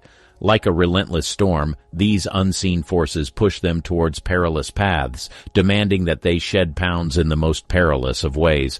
But this is not just a claim. As a matter of fact, Demi Lovato backs this up when she recalls a time when she was younger. She would stare at her belly and ponder if it would ever be taut and flat. As the sands of time flowed, she finally found her way to Hollywood, and there her eating disorder was not only noticed, but encouraged by some of the producers she worked with. Naomi Watts is another example. Known for her ethereal presence, she dared to share a harrowing truth. In their quest for her perfection, she was forced to starve, sacrificing her own well-being upon the altar of a red carpet appearance. But let us not forget the voices that rise from within this realm, like whispers of defiance against the engulfing tide. Ashley Graham, a beacon of resilience, divulged a chilling encounter with a producer whose motives reeked of malevolence. As he waved crisp $20 bills before her very eyes, he hissed promises of greater fortune if only she would shed her weight. Many other actresses have stories like these. It is the dark secret that the producers keep close to their hearts. Some producers may be involved in organized crime. Amid the glimmering lights of the Sunset Strip, one establishment stood out in Hollywood's lore, the Trocadero, affectionately known as the Troc. This legendary hotspot became a nexus where stars, producers, and mobsters crossed paths, blurring the lines between the silver screen and the criminal underworld. Here, amidst the clinking glasses and laughter, celebrities and studio heads found themselves rubbing shoulders with figures like Mickey Cohen, a notorious gangster with deep ties to organized crime. The Trocadero's allure lay in its ability to draw in the rich and famous, creating an atmosphere of mystery and intrigue. The convergence of Hollywood elites and criminal masterminds painted a vivid picture of a world where fame and infamy intersected. While the stories of these encounters remain largely anecdotal, they hint at a symbiotic relationship that fueled speculation about the entanglement of organized crime within Hollywood's power structures. The reach of organized crime in Hollywood did not dissipate with the passing of the Golden Age. In the 1970s, whispers of nefarious dealings emerged with links to the production and distribution of major films. One such case was Bryanston Pictures, a company entangled in controversy and rumored connections to a prominent mafia crime family. Bryanston Pictures found itself in the spotlight due to its involvement in the release of the cult horror classic, The Texas Chainsaw Massacre. The film, directed by Tobe Hooper, sent shockwaves through audiences and became an iconic symbol of the horror genre. However, behind the scenes, Bryanston Pictures was dogged by allegations of mafia involvement, creating a sinister aura that surrounded its operations. While the exact nature of the connections remains speculative, these allegations perpetuated a perception of organized crime's influence in Hollywood.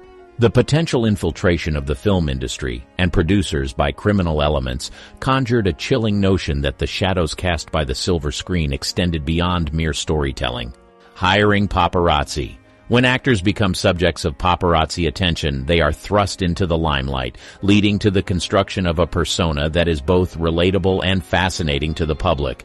And Hollywood producers are well aware of this fact, and so they use it to their advantage, hiring paparazzi for the actors they want to work with. But why? Well, for one, paparazzi images, accompanied by media coverage, depict actors in various situations, ranging from red carpet events to private outings. This curated portrayal of actors helps shape public perceptions, often aligning with the characters they portray on screen. The audience begins to associate the actor's personal life with their on-screen roles, thereby creating a deeper emotional connection with their performances. But sometimes, these products take the paparazzi thing a little too far. Controversy. While the intention behind hiring paparazzi is to generate positive publicity, controversy can inadvertently arise from their intrusive tactics. In some instances, scandals and personal struggles become fodder for tabloids, attracting widespread media attention. While this type of publicity may be detrimental to an actor's public image in the short term, it can paradoxically generate increased interest in their future projects. The public's fascination with scandal and redemption narratives often translates into higher viewership, as audiences are drawn to witness an actor's ability to overcome challenges both on and off screen. The practice of producers hiring paparazzi for the purpose of enhancing an actor's popularity is not without controversy. Critics argue that it invades an individual's privacy and perpetuates a culture of intrusion and harassment. Moreover, they contend that it undermines the authenticity of an actor's image and fosters a reliance on manufactured publicity rather than genuine talent. Balancing ethical concerns with the demands of the entertainment industry remains a challenging task for all stakeholders involved. But remember, Hollywood is a business, and these producers intend to run it well. In the shadowy corridors of Hollywood's golden age, there existed a group of defiant figures that etched their names into history. They were called the Hollywood 10. Who were they, really? Well, they were the creative minds, the screenwriters, directors, and producers who stood unwavering in the face of political turbulence, a defiant glare against the stifling Red Scare.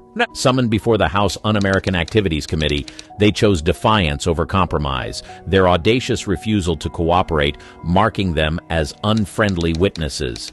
The consequences were severe, a swift and ruthless blacklisting by the Hollywood studio system that left their careers in ruins. We would be discussing some of the Hollywood 10 and some other Hollywood stars whose careers were ruined by politics. Lena Horne. Anyone who knew Lena Horne knew that she was someone who spoke her mind and damned the consequences. As she ventured into the world of cinema, little did she know that her outspokenness and political affiliations would become a thorn in her side, ultimately leading to her exclusion from the studio system during the turbulent 1950s. Imagine the heartache of being so close to your dreams, and yet having them cruelly snatched away. Lena Horne was on the brink of stardom, but her vocal support for causes that ruffled the feathers of the Hollywood elite led to her being blacklisted. It was as if the silver screen she aspired to grace had turned its back on her. Lena's life suddenly turned upside down, and she now had to start from the scratch, all over again. However, Lena Horne was not one to be defeated by the whims of the industry. In a remarkable act of resilience, she returned to her roots as a nightclub singer. This was her phoenix moment, rising from the ashes of rejection. She used this time to refine her craft, transforming herself into a captivating performer and a symbol of strength for those who faced similar adversity. As the years rolled on, Horne's career took an unexpected turn. She became a fixture on television variety shows, captivating audiences with her charisma and artistry. It was almost as if her blacklisting had inadvertently launched her into the hearts and living rooms of millions of viewers across the nation. But Lena Horne's story isn't just one of personal redemption, it's one of principled dedication. During the 1960s, a tumultuous period in American history, Horne emerged as a shining beacon of the civil rights movement. Her passion for equality and justice made her a prominent figure, not only on the stage but also in the fight for a more inclusive society. So while the Hollywood studio system may have rejected Lena Horne, it couldn't extinguish her star. Her journey from the glitz and glamour of the silver screen to the passionate advocacy for civil rights made her one of Hollywood's unforgettable stars. Lena's legacy continues to shine brightly, reminding us that true stars are those who stand unwaveringly for what they believe in, even in the face of adversity. Orson Welles. He was the enigmatic genius of Hollywood, but he found himself caught in the web of political intrigue during an era when the Red Scare was in full swing. Although his journey may not have mirrored the overt blacklisting that many artists faced, his career took a covert turn, influenced by the same current events. Here's how it all happened. Welles's defining masterpiece, Citizen Kane, was a cinematic triumph that raised eyebrows and ruffled feathers in the political landscape of its time. However, the film's thinly veiled critique of media mogul William Randolph Hearst, a noted anti-communist figure, was enough to draw the ire of those who saw conspiracy in every shadow. To the powers that be, the audacity of a young and innovative filmmaker taking on one of the most powerful men in media, subtly challenging the status quo, was irritating to them. In doing what he did, Orson Welles unwittingly placed himself on the radar of anti-communists who viewed any form of dissent with suspicion. While Welles may not have been openly blacklisted, he certainly navigated a career filled with political undercurrents. His innovative spirit and uncompromising vision sometimes brought him into the crosshairs of those who believed he treaded a dangerous path. In the end, his career was twice as difficult as it ought to be, and it was never really the same again. Dalton Trumbo. His story is nothing short of a Hollywood legend, and yet it's a tale etched in the darkest corners of the industry. Being a talented person with strong political views got him into trouble in the industry. As one of the most notorious members of the Hollywood 10, he became the embodiment of the blacklisting era and one of its most tragic figures. Trumbo's defiance in the face of the House Un-American Activities Committee, or HUAC, is the stuff of cinematic drama. When summoned to testify or betray his colleagues, he chose neither path. The result was a bitter exile from the industry he loved, a punishment for his refusal to compromise his principles. For years, he was denied the opportunity to directly contribute to the art form he cherished. But here's where the intrigue deepens. Dalton Trumbo, a name that had once been synonymous with screenwriting brilliance, found a way to defy the blacklist in secret. Under pseudonyms, he continued to craft some of his finest work. It's almost as if he was writing under the cloak of night, a hidden figure in the world of cinema. One of the most astonishing chapters of his mysterious career was his role in crafting the screenplay for Stanley Kubrick's epic classic, Spartacus. A film that would go on to become a monumental part of Hollywood history had the unseen hand of Trumbo guiding its words. It's a testament to his indomitable spirit and the enduring power of his talent. Even though exiled from the Hollywood limelight, Trumbo's writing prowess was in demand. In hushed tones and secret meetings, he was called upon to contribute his genius to various projects. His pen remained mightier than the blacklist that sought to silence him. Bertolt Brecht. A luminary of European theater, brought his distinctive voice to Hollywood with aspirations of leaving an indelible mark on the silver screen. However, his venture into the world of cinema would take a drastic and unwelcome turn, leaving a lingering shadow on his illustrious career. In 1947, Hollywood's studio system suddenly turned its back on Brecht. He was thrust into the tumultuous world of the House Un-American Activities Committee, HUAC. The mere mention of his name in the same breath as the HUAC sends shivers down the spine of many artists who endured those times. Initially, he, like many of his fellow artists, resisted the committee's demands. His refusal to testify reflected his defiance, his refusal to compromise his principles, even when faced with the unrelenting pressure of an industry that had once embraced him. However, the weight of the political climate eventually wore him down, and Brecht reluctantly took the stand to testify. It was a decision that would forever change the course of his career and reputation. To some, he had seemingly betrayed the principles he had once held dear. The aftermath of his testimony was a double blow for Brecht. Not only was he blacklisted by the Hollywood studio system, but he was also ostracized by the very artistic community that had once celebrated his brilliance. To them, his testimony was a betrayal, a concession to a system that had sought to silence dissenting voices. With his Hollywood dream shattered and his reputation tarnished, Brecht returned to Europe, where he lived out his remaining days. The man who had once been a beacon of artistic innovation found himself doing very little of the work that had made him famous. Lee Grant. His fate was a vivid illustration of the unpredictable and often unforgiving nature of the blacklist era. She was a young actress on the precipice of stardom when she garnered an Oscar nomination for her role in Detective Story. Her future seemed as bright as the Hollywood lights, but her outspoken criticism of the House Un-American Activities Committee, HUAC, abruptly derailed her trajectory. In a swift and devastating turn of events, Grant found herself blacklisted. It was as if the rug had been pulled from beneath her feet.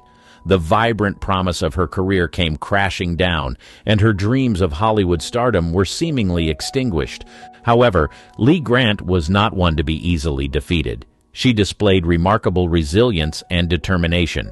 After a decade in the shadows of the blacklist, she made a triumphant return to acting. But what makes her story even more intriguing is how she transformed her career. Grant transitioned into documentary filmmaking, carving a niche for herself in a realm that allowed her to express her creativity and convictions. Yet the question lingers, what could have been had she not been blacklisted for those 12 long years? Even Lee Grant herself hinted at the heavy toll the blacklist had taken on her career. She acknowledged that starting over when Hollywood stars were already in descent was no small feat. The lost time, the missed opportunities, and Lee Grant's Hollywood journey is a vivid illustration of the unpredictable and often unforgiving nature of the blacklist era. Lee Grant's story is yet another clear example of how the blacklist era could stall or redirect careers, but it also underscores the enduring spirit of artists who refuse to be silenced. Her journey, marked by both hardship and resilience, showed that even in the face of adversity, talent and determination can triumph over political adversity. Charlie Chaplin. He was the comedic genius who had already left an indelible mark on Hollywood, but then he found himself at a crossroads in the 1950s when his career was in its twilight years, and he had already gifted the world with some of the greatest films ever made. But it was during this period that he was unexpectedly called before the House Un-American Activities Committee, a pivotal moment that would shape the final act of his career. Chaplin, with his trademark aloofness, faced the committee. He didn't bend to their demands or expectations. Instead, he maintained that he was first and foremost a filmmaker, not a political activist. He was a man who had entertained the masses with his iconic tramp character, not one who sought to influence the world through political means. Yet, despite his nonchalant demeanor, the consequences of his encounter with the HUAC were far-reaching.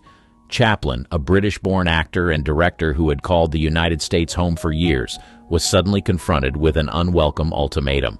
The moment he returned to the U.S., he would be arrested immediately. It was a harsh sentence for a man who had contributed so much to the world of cinema. The exile that followed forced Chaplin to remain in his home nation, away from the Hollywood lights where he had once shone so brightly. The possibility of more comedy magic on the silver screen in his final years was forever lost. And even though he was already successful up till that point, he couldn't go farther than that anymore. It became a clog in the wheel of his career progress. Dashiell Hammett, the literary luminary whose words breathed life into the world of film noir, was a master of his craft. His stories, drenched in dark intrigue and suspense, became the foundation for some of Hollywood's most iconic films, including the Humphrey Bogart classic, The Maltese Falcon. Hammett's influence extended beyond the written word. He even lent his talents to penning screenplays. Yet Hammett's illustrious career took a tumultuous turn, one marked by the political turmoil of the era. His affiliations with certain political groups and his willingness to stand by his convictions became a double-edged sword. It was this allegiance that drew the attention of the House Un-American Activities Committee. In 1953, Hammett found himself in the unsettling position of testifying before the HUAC. The ramifications were swift and severe. Hollywood, the same industry that had celebrated his work, turned its back on him. The blacklist loomed over him, darkening his prospects and casting a long shadow over his career. Hammett's descent into poverty in the later years of his life was a stark reminder of the price he paid for his beliefs and his uncompromising stance in the face of political pressure. The man who had once stood at the pinnacle of success as a writer was now a casualty of the blacklist, left to grapple with the harsh consequences of a political climate that stifled artistic expression. Ring Lardner Jr.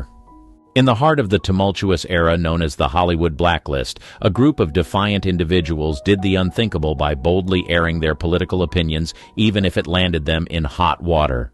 Among these courageous non-cooperators, one figure shone brightly: Ring Lardner Jr., a screenwriter of exceptional renown whose career would be forever altered by his unwavering commitment to principle. In the glittering realm of cinema, Lardner had crafted his own legend. His name had become synonymous with quality, his words breathing life into stories that captivated audiences. The pinnacle of success in the world of screenwriting seemed within his grasp. However, destiny had a different plan, one marked by a defining moment that would haunt and shape his legacy. Summoned before the infamous House Un-American Activities Committee, HUAC, Lardner faced a decision that would define him. He refused to yield, steadfastly opposing the committee's demands. His defiance was palpable, either through his refusal to testify or his answers that defied the committee's expectations. It was a choice that would seal his fate, forever altering the course of his life. The consequences were swift and harsh. Lardner found himself in the grim throes of imprisonment, the price of his unwavering spirit. A darker chapter had never been written, and many would have crumbled under such duress. But Lardner's resilience, a testament to his indomitable will, would not be extinguished. Then, in a triumphant return, the spotlight briefly found its way back to Lardner in 1970. His screenplay for the iconic Mass *H granted him a glimmer of the success he had once enjoyed. It was a moment of redemption, a return to the artistic heights he had once scaled. However, the zenith of his career that existed before the stand against the HUAC proved elusive. Ring Lardner Jr.'s story shows the enduring power of conviction and the profound sacrifices individuals made during the politically charged climate of the blacklist era. Jane Fonda. It is one thing to be a great actress. It is another to be a dogged and defiant personality off-screen, to be someone who uses her platform and fame to push positive change. And Fonda was fond of speaking up about things that mattered to her. But she may not even have discovered that part of her when she was giving brilliant performances on screen. Producers and directors loved her as she would always deliver on her roles. But then came the tumultuous 1960s and the Vietnam War, a conflict that would forever alter the course of Fonda's career. The actress, known for her beauty and grace, transformed into an outspoken activist against the war. Her stand, though principled, would prove to be a divisive and polarizing one. Journeying into the world of activism was a bold move. She used her fame and influence to voice vehement opposition to a war that had fractured the nation. Her controversial visit to North Vietnam, where she was photographed sitting on an anti-aircraft gun, became an enduring image of protest. It was a stark act of defiance against her own country's involvement in the war. At first, the support for Fonda's political stance was evident. She was hailed as a champion of the anti-war movement, a voice of the people. But as the war dragged on and her actions grew more controversial, the tides began to turn. Her image, once one of Hollywood's brightest stars, began to tarnish. The backlash was swift and severe. Some saw her actions as unpatriotic, a betrayal of her own nation's troops. Fonda's brave stand became a contentious point in the national discourse, with critics labeling her Hanoi Jane. Her public persona was under siege, and Hollywood, an industry that had once embraced her, started to withdraw its support. Roles in the entertainment industry became increasingly elusive. Casting directors and producers, wary of the controversy surrounding Fonda, hesitated to offer her the opportunities she had once enjoyed. The studios, like the public, were divided, and her career began to wane. As the war came to an end, Fonda's Hollywood journey was in tatters. The roles that had once been plentiful were now scarce, and the support that had once been unwavering had eroded. Her career, once full of promise and acclaim, had been forever altered by her principled stand against the Vietnam War. But in the end, was Jane affected? Of course she was. But did she care? Absolutely not. She knew that it was better to be brave and defiant in the face of oppression than to cower behind it. The Hollywood star who had once shone so brightly found themselves in the shadows, their careers forever changed by her unwavering commitment to their beliefs. Roseanne Barr. Brash, fearless, funny, sarcastic, and beautiful. These are not the typical features you'd find in a Hollywood star in the late 1980s, but Roseanne was not just any Hollywood star. She was a different version. In the late 1980s, Roseanne Barr, a brash and fearless comedian, emerged as a promising talent in the world of stand-up comedy. Her humor, a unique blend of sarcasm and wit, resonated with audiences. It was this appeal that paved the way for her own sitcom, Roseanne, which premiered in 1988. Roseanne was a groundbreaking show in many ways. It was a gritty, working-class family sitcom that delved into real-life issues, reflecting the struggles of everyday Americans. The show was a massive hit, and Roseanne Barr herself became a household name. For years, her career flourished, and her sitcom was a celebrated staple of American television. However, as the years went on, Barr's public persona began to change. Her political beliefs and outspoken nature took center stage. She became an ardent supporter of Donald Trump, which placed her in a political landscape that was increasingly polarized. Her controversial tweets and statements on social media were met with both support and condemnation.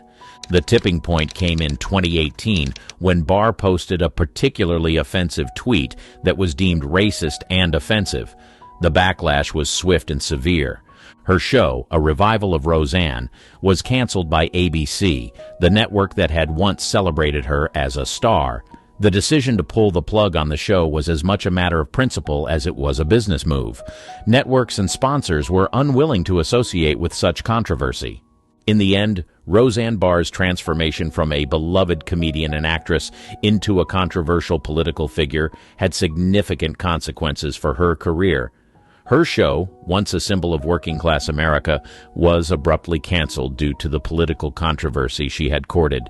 The fallout was a vivid reminder that in the world of entertainment, even the most successful careers can be irrevocably altered by one's political beliefs and public behavior. Roseanne Barr's story is one of stark contrasts, marked by the meteoric rise of her sitcom, only to be brought crashing down by her controversial political stance. It serves as a poignant example of the interplay between celebrity, politics, and the consequences that can befall those who court controversy. From the Hollywood 10 to Jane Fonda and Roseanne Barr, each represents a unique chapter in the saga of careers derailed by politics. The Hollywood 10, led by figures like Dalton Trumbo and Ring Lardner Jr., chose defiance over compliance, enduring the harrowing consequences of blacklisting to safeguard their principles. As you might already imagine, this is no small feat.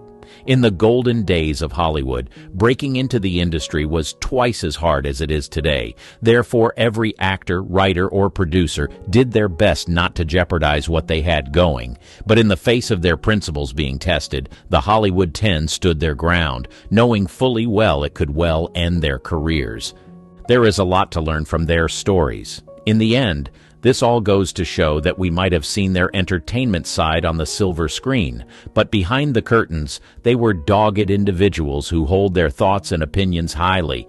We can see that some of them were activists, others held strong political opinions, a far cry from what the world thought of them. However, these people may have had their lives ruined due to politics and their unwavering determination to stand their ground. They may be talented actors, but their skills are not the only things that their fans love about them. As a matter of fact, as far as Hollywood is concerned, fans seem to be more drawn to personalities than they are to acting skills. So what happens when the fans really see that an actor or actress isn't what they thought? What happens when one narrative changes their minds? These stars knew all too well what would happen to their careers if they messed up, so they used every means necessary to preserve their perceived personality. Joan Crawford. We all know about Joan Crawford, right? Star actress of the Golden Age, started her career as a dancer, and then eventually made it into Hollywood to dazzle her fans from all around the world. Well, that's the version that the rest of the world knows, but there's a deep secret that most people do not know, and it surrounds the beginning of Joan's career. She starred in an adult movie, and the aim was simple, to boost her acting career and get a lot of people talking about her. If word about her adult movie spread, that may be the end of Joan's career. The studio could not have that. This was when a man named Mannix entered the scene. You see, Mannix worked as a studio fixer for MGM. His job was essentially to make problems go away. It was said that using MGM's money, he went ahead to track down and buy every single copy of the tape and then destroy them all. He also spent another $100,000 to buy the original film negative, so no copy of the film could ever be made again. And so, a huge crisis was averted, and Joan was in the clear to continue her career and keep up appearances as Hollywood's golden girl. This would have been a terrible scandal, but it was covered up expertly. Loretta Young's adopted child isn't adopted. After The Call of the Wind in 1935, Loretta suddenly disappeared. No one saw her in any other film. She made no other media appearances. Granted, no shows. She fell silent. However, after 18 months, she resurfaced and decided to show the world what she had been up to in her media silence. Apparently, Loretta had decided to adopt a girl child and raise her like her own. It was her new passion, and she wanted to give that child a better life. But in reality, it turned out that Loretta had been involved sexually with Clark Gable, who was married to someone else. And on top of that, rumor had it that the encounter wasn't consensual on Loretta's part. Therefore, having a child from that union would do incredible damage to her career. So after 18 months of her disappearance, Mannix made it look like she had adopted a child, a newborn. But in fact, it was her child from her illicit encounter with Clark Gable, yet another scandal covered up. Alfred Hitchcock's obsession with his leading ladies. It was Tippi Hedren who bore the brunt of Hitchcock's fixation. As Hitchcock was riding high on the success of Psycho, he plucked the relatively unknown Hedren to star in The Birds. She became an instant sensation, but there was a catch. She was tied to a contract that left her in a vulnerable position, and to make matters worse, he made several advances towards her, all of which she resolutely rejected, and this infuriated him even more. Eventually, Hedren reached her breaking point, so one day, in a fit of frustration, she dared to call Hitchcock a fat pig and continued to spurn his advances. Little did she know this would be the spark that would ignite his relentless vendetta. He not only refused to work with her again, but also prevented her from collaborating with other directors. Despite her best efforts, Hedren's career never truly recovered from the onslaught of Hitchcock's vindictive schemes, but sadly, she could not report any of these to anyone. William Hearst's crime covered up. He was a force to be reckoned with, one of the most influential figures in the United States, and the very muse for Orson Welles' cinematic masterpiece, Citizen Kane. But beneath his veneer of power and wealth, Hearst was known to be ruthless, hot-tempered, and, on occasion, downright nasty. Now, it's only fair to assume that such a man wouldn't take news of his mistress having an affair lying down. Marion Davies, the object of Hearst's affections, was rumored to be entangled with none other than the iconic Charlie Chaplin. Instead of confronting Chaplin directly, Hearst devised an unconventional plan. He invited Chaplin and a motley crew of other film luminaries to join him on his opulent yacht. Enter Thomas Ince, a Hollywood producer specializing in Western films. His studio had once thrived, but it was now floundering.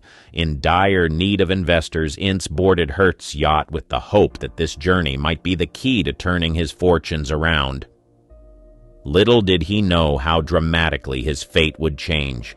The official version of Ince's death, hurriedly printed in Hearst's newspapers, was that he had succumbed to sudden digestive problems despite prompt hospitalization. Curiously, Ince's body was immediately subjected to cremation. Yet, try as Hearst might to assert control over the narrative surrounding Ince's demise, unsettling rumors refused to be silenced. Whispers persisted that Hearst had taken aim at Chaplin, missing his mark and tragically striking Ince instead. The Los Angeles Times initially ran the headline "Movie producer shot on Hearst yacht," but it was abruptly pulled, and subsequent editions bore no mention of the shooting. William Hearst, using his power and influence, played off the whole thing and shut the mouths of anyone else who knew the truth, and the evil deed on that yacht that night was covered up. Gable in a hit and run. It's whispered in hushed tones that Eddie Mannix may have played a role in helping Clark Gable hide a dark secret, a hit-and-run incident, a tragic event that took the life of actress Tosca Rulian. Some say that Mannix, with his influential connections, orchestrated a cover-up. He allegedly persuaded an MGM screenwriter to shoulder the blame for Gable, protecting the Hollywood legend from scandal and public scrutiny. Paul Byrne's death was arranged. Being a multifaceted talent at MGM, he was not only known for his work but also for being the husband of the iconic starlet, Jean Harlow. His life, however, took a dark and mysterious turn when it's said that Mannix may have played a role in his untimely demise. It's a story that tugs at the heartstrings, a man who, in the face of marital strife, saw no way out but to take his own life. The details surrounding his death have always been shrouded in mystery, but some whispers suggest that Mannix's influence might have had a hand in this tragedy, and it was covered up. Patricia Douglas was abused. Douglas, a young aspiring actress, attended a casting call that turned into a nightmarish ordeal. She was told to wear a revealing outfit and entertain the men in attendance. Shockingly, the event took a harrowing turn, with allegations of Douglas being subjected to a heinous act. When Patricia Douglas tried to seek justice against Eddie Mannix and MGM for their alleged involvement, she found herself battling not only the power of the studio but a web of deceit. It's said that other guests at the event were paid to claim that Douglas had been uncontrollably drunk, painting her as unreliable and undermining her credibility. As the day of the court hearing arrived, a cloud of mystery descended. No lawyers representing MGM and Mannix appeared, leading to a sudden dismissal of the case by a federal judge. Mannix staged George Reeves' suicide. Long before Christopher Reeve donned Superman's iconic cape, another actor, George Reeves, stepped into the role of the Man of Steel. However, George Reeves's life took a tragic turn in 1959 when he allegedly committed suicide. But what lies beneath the surface is a scandal that was covered up. You see, George Reeves was entangled in a torrid affair with the wife of the great and powerful Hollywood figure, Eddie Mannix. Surprisingly, Mannix himself was rumored to have his own share of extramarital affairs, so he turned a blind eye to the romance between Reeves and his wife. However, the plot thickens when George Reeves decided to end the relationship. Allegedly, Mannix, driven by anger and vengeance, took drastic measures. Some sources suggest that he called upon his underworld connections, the mafia, to orchestrate Reeves' murder and stage it to appear as he took his own life. Jean Harlow's involvement in Husband's demise, the original blonde bombshell, had a roller coaster life in Hollywood. She skyrocketed to stardom after her appearance in Howard Hughes's film Hell's Angels. However, her personal life was tumultuous. At a tender age of 15, Harlow married her first husband, only to divorce a few years later. Her second husband met a tragic end in a gunshot accident, with speculation swirling around her involvement. This posed a significant scandal. To manage the situation, the studio coerced her into marrying cinematographer Harold Rossin, a union meant for public appeasement, quietly dissolving once the scandal faded from memory. Studio-aided abortions. Hollywood studios established secretive protocols for cases with promiscuous actresses. They were discreetly admitted to hospitals under false names for ambiguous procedures, attended solely by their private doctors, and strictly isolated from visitors. Tallulah Bankhead was one of the recipients of this practice. During her career, she was notoriously promiscuous, but she had to face a stark reality that the film studios wouldn't tolerate a pregnant star, leading her to undergo 4 abortions before reaching the age of 30, simply to save face in the streets of Hollywood. On the 30th of March, 1939, at the bustling premiere of Maisie in Los Angeles, a star named Ann Sothern captivated the silver screen, embodying the vivacious and witty character that would define her legacy. Unknown to the glittering crowds and even to Sothern herself, this role would etch her name into the annals of Hollywood's golden age, yet also cast a shadow over her diverse talents and contributions. As Sothern's Maisie charmed audiences nationwide, a complex narrative unfolded off-screen, one of ambition, resilience, and the untold struggles within the gilded cages of Hollywood. This story, much like a cipher hidden in plain sight, reveals the intricate layers of an actress navigating the highs and lows of fame, battling the industry's typecasting and gender biases, all while leaving a mark subtly obscured by time. Through the lens of her career, we delve into a journey not just of a forgotten luminary, but of Hollywood itself, exploring the enigmatic legacy of Ann Sothern, whose brilliance on and off the camera remains a testament to her undervalued impact on the cinematic world. The Untold Beginning. In the brisk winter of 1909, the small town of Valley City, North Dakota, became the birthplace of a future star, Harriet Arlene Lake, known to the world as Ann Sothern. Born into a family where music and the arts were the lifeblood, her mother, Annette Wide Lake, a concert singer, and her father, Walter J. Lake, a pianist, the stage was set for Ann's entrance into the world of entertainment from her earliest days. The journey from Valley City to the glowing marquees of Hollywood was marked by a series of pivotal moments and encounters that shaped Sothern's early career. In the mid-1920s, the Lake family relocated to Minneapolis, where Ann's passion for acting took root. By the tender age of 16, Ann was already performing in local theater productions, demonstrating a natural talent that could not be ignored. The year 1927 marked a significant turning point when Ann and her mother made the bold decision to move to California. The allure of Hollywood's burgeoning film industry was irresistible, and for a young actress like Ann, it promised the fulfillment of her dreams. Yet the reality of Hollywood in the late 1920s was far from the glamorous ideal portrayed in fan magazines and on the silver screen. It was a place of fierce competition, where countless hopefuls vied for a chance to shine. Ann's early years in Hollywood were fraught with challenges. She found work where she could, taking on bit parts in films like Broadway Nights, 1927, and enduring the hardships of the Great Depression. The industry was in flux, transitioning from silent films to talkies, a shift that spelled the end of many careers. Undeterred, Ann honed her craft, studying at the Pasadena Playhouse and taking on various stage roles, all the while waiting for her breakthrough moment. That moment came in the early 1930s, though not without its trials. Ann's initial contract with Columbia Pictures ended after a year with little to show for it. However, her persistence paid off when she caught the eye of Metro-Goldwyn-Mayer, MGM scouts, leading to a contract with one of Hollywood's most prestigious studios. It was under MGM's banner that Ann Sothern would find her niche, not as a glamorous leading lady, but as the vivacious, quick-witted Maisie Ravier, a role that would define her career.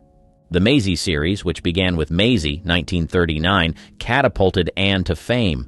Her portrayal of the smart, independent, and resourceful title character resonated with audiences, offering a blend of humor and heart that was both refreshing and relatable. The success of Maisie led to 9 sequels, securing Ann Sothern's place in Hollywood's pantheon of stars. Yet the path to stardom was not solely defined by her on-screen achievements. Behind the scenes, Anne navigated the complexities of studio politics, the fickleness of public adoration, and the personal sacrifices required by her profession. Her journey from the stages of Minneapolis to the silver screen of Hollywood is a testament to her resilience, talent, and unwavering determination to succeed against the odds. Anne Southern's early years, marked by both struggle and triumph, laid the foundation for a career that would span over 6 decades. In those formative moments, a star was born, one whose legacy would endure long beyond her final curtain call. The Maisie controversy. In 1939, MGM introduced audiences to Maisie Ravier, a savvy and spirited showgirl with a heart of gold, portrayed with charismatic aplomb by Anne Southern. The film Maisie was not just a hit. It spawned a series of 10 movies produced until 1947, transforming Southern from a talented actress into a household name. Yet, as the series progressed, it became a double-edged sword, both elevating and entrapping Southern within a specific persona. The character of Maisie, while beloved for her wit and resilience, became a gilded cage for Southern. The actress, whose range extended far beyond the light-hearted comedy of the Maisie series, found herself battling against the typecasting that often accompanies a recurring role. Despite her success, Southern's artistic ambitions chafed under the constraints of repeating the same character, yearning for roles that could showcase the breadth of her talent. The internal conflicts at MGM regarding the direction of the Maisie series further complicated matters. Southern frequently found herself at odds with studio executives and writers over the development of her character. She pushed for storylines that would allow Maisie to evolve, seeking depth and variety in her roles that the formulaic approach of the series seldom offered. These creative disputes highlighted the tension between the studio's commercial interests and the artistic aspirations of its contracted talent. Notable figures within MGM, including producer J. Walter Rubin, who directed the first Maisie film, initially supported Southern's vision for the character. However, Rubin's untimely death in 1942 and the studio's prioritization of consistency over creativity left Southern navigating the series' future with less support. The struggle for creative control was emblematic of a broader issue within the studio system, where actors, despite their contributions to a film's success, had limited influence over their career's trajectory. As World War II raged and the American public sought escapism in cinema, the Maisie series continued to be a profitable venture for MGM, reinforcing the studio's reluctance to alter a successful formula. Despite this, Southern's performances never waned in quality. She infused each portrayal of Maisie with freshness and vitality, a testament to her professionalism and commitment to her craft. The end of the Maisie series in 1947 did not mark the end of Southern's struggle with typecasting, but it did close a chapter on a part of her career that was both defining and restrictive. In the years that followed, Southern sought out diverse roles in film and television, demonstrating her versatility as an actress. Yet the shadow of Maisie Ravier lingered, a reminder of the complexities of Hollywood stardom and the personal costs of professional success. Hollywood's double standards? The glimmering facade of Hollywood's golden age often masked the stark realities of its double standards, particularly when it came to gender. For actresses like Anne Southern, navigating this landscape meant contending with an industry that celebrated femininity on screen while simultaneously constraining the roles women could play, both on and off the set. As Southern's career progressed through the 1930s and 1940s, she, like many of her contemporaries, found herself caught in a paradox. On one hand, her roles in films and the Maisie series showcased strong, independent women who could hold their own against any adversity.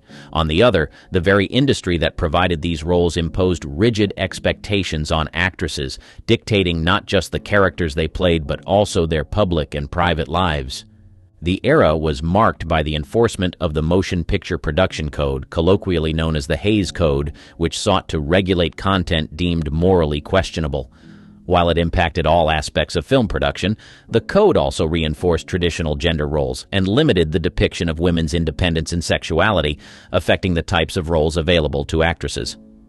Beyond the screen, the studio system exerted control over actresses' images, often requiring them to conform to idealized standards of beauty and comportment. Contracts could include clauses that dictated personal choices, from dating to weight management, reflecting broader societal expectations of women. These constraints were emblematic of the double standards that permeated the industry, celebrating the allure of Hollywood's leading ladies while tightly controlling their autonomy. Ann Sothern's experiences reflect these contradictions. Despite her success and popularity, she too was subject to the whims of studio executives and the limitations imposed by the era's gender norms. Yet through her performances, Sothern subtly challenged these conventions, bringing complexity and strength to her roles that resonated with audiences and hinted at a broader spectrum of female experience than Hollywood was often willing to acknowledge. The double standards of Hollywood's golden age offer a window into the complexities of gender, power, and representation in an era that shaped modern cinema. As we look back on this period through the lens of contemporary understanding, the stories of actresses like Ann Sothern gain new dimensions, highlighting not just the challenges they faced, but also their contributions to the evolving landscape of film and culture. The Secret Loves. In the whirlwind of Hollywood's golden age, where the personal often intertwined with the public, Ann Sothern's romantic life unfolded beneath the studio's watchful eye. Her marriages, notably to Roger Pryor in 1936 and Robert Sterling in 1943, were not just personal milestones, but events that mirrored the complexities and expectations of a star under the studio system's glare. Ann's first marriage to Roger Pryor, a fellow actor, became a subject of public fascination. The couple married on September 18, 1936, in a ceremony that, while glamorous, hinted at the pressures they faced under the Hollywood spotlight. Their union, celebrated in the press, also underscored the challenges of maintaining a relationship when both partners were in the demanding world of show business. Despite their efforts, the marriage succumbed to these pressures, ending in divorce in 1943.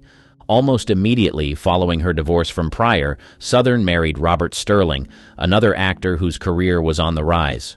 Their marriage on May 23, 1943, was seen as a fresh start for Sothern, who sought stability and happiness away from the film set's demands.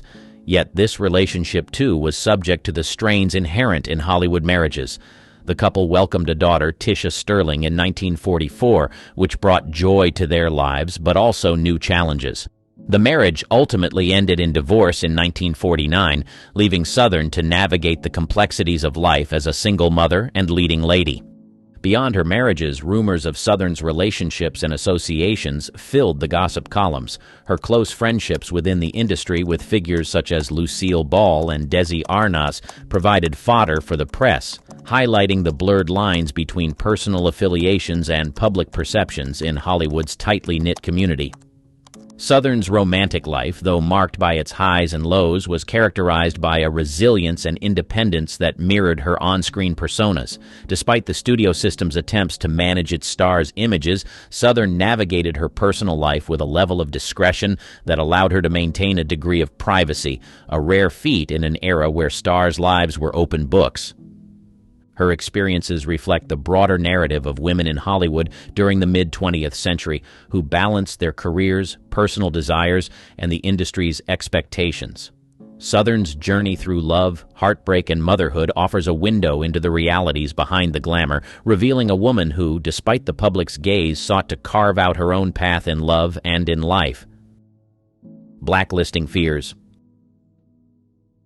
The late 1940s and 1950s were tumultuous times for Hollywood. The HUAC, established to investigate alleged disloyalty and subversive activities on the part of private citizens, public employees, and those organizations suspected of having communist ties, turned its eye toward Hollywood in 1947. The entertainment industry, known for its liberal leanings and high-profile personalities, became a focal point for accusations of communist infiltration.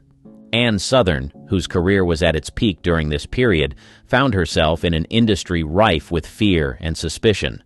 While Sothern herself was not called before the HUAC, nor was she blacklisted, the atmosphere of the era inevitably affected all who worked in Hollywood. The blacklist, a result of the hearings, led to the shunning of actors, writers, directors, and others accused of communist affiliations, many of whom were blacklisted based on rumors or associations rather than concrete evidence. During this time, Southern continued her work in both film and television, including starring in The Ann Sothern Show, which ran from 1958 to 1961. However, the climate of fear and the industry's self-censorship meant that topics that were deemed controversial or too politically charged were avoided. This environment limited the scope of creative expression and the types of roles available, even for those not directly implicated by the HUAC hearings. Notable figures during this era, such as screenwriter Dalton Trumbo and actor Charlie Chaplin, faced significant professional and personal repercussions due to their alleged communist ties or leftist sympathies. Trumbo was one of the Hollywood 10, a group of writers and directors who were jailed and blacklisted for their refusal to answer the HUAC's inquiries regarding their political affiliations. The impact of the Red Scare on Hollywood was profound, creating an environment where suspicion prevailed over creativity, and careers were often collateral damage in the fight against perceived communist influence. For actors like Ann Sothern, navigating this landscape required caution and resilience, as the implications of being associated with blacklisted individuals or ideologies could be career-ending. The Forgotten Pioneer. Ann Sothern's career trajectory took a pioneering turn when she transitioned from film to television, a move that was both innovative and risky at the time. In the early 1950s, television was still an emerging medium, often looked down upon by Hollywood's film elite. Sothern, however, saw an opportunity. In 1953, she starred in Private Secretary, a television series that ran until 1957. The show was a success, showcasing Sothern's comedic timing and charm to a new audience and proving that television could offer substantial roles for film actors. What is less known about Ann Sothern's venture into television is her role as a producer.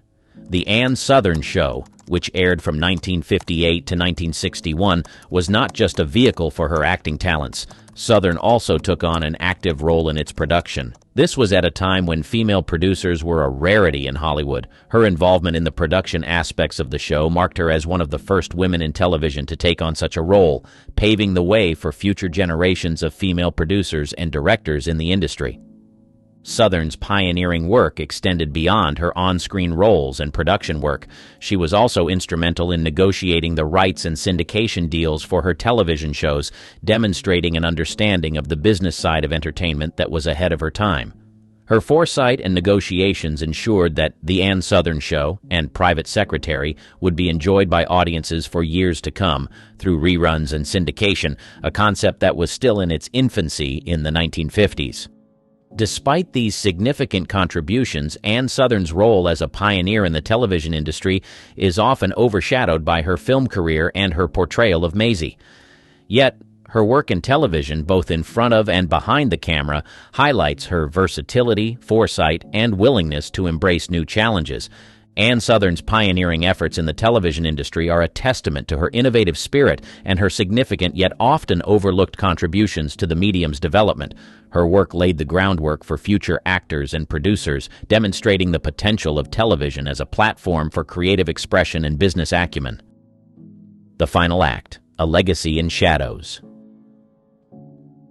As the golden era of Hollywood cinema began to wane, Ann Sothern's career entered what could be considered its final act.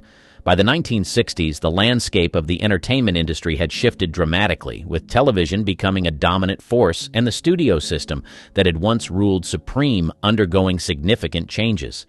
During this period, Sothern's work transitioned more towards television, including a notable role in The Ann Sothern Show, 1958-1961, which solidified her place in the pantheon of television stars. However, it was her return to film in the 1980s that marked a poignant moment in Sothern's career. In 1987, she received critical acclaim for her role in The Whales of August, a film that featured screen legends Bette Davis and Lillian Gish.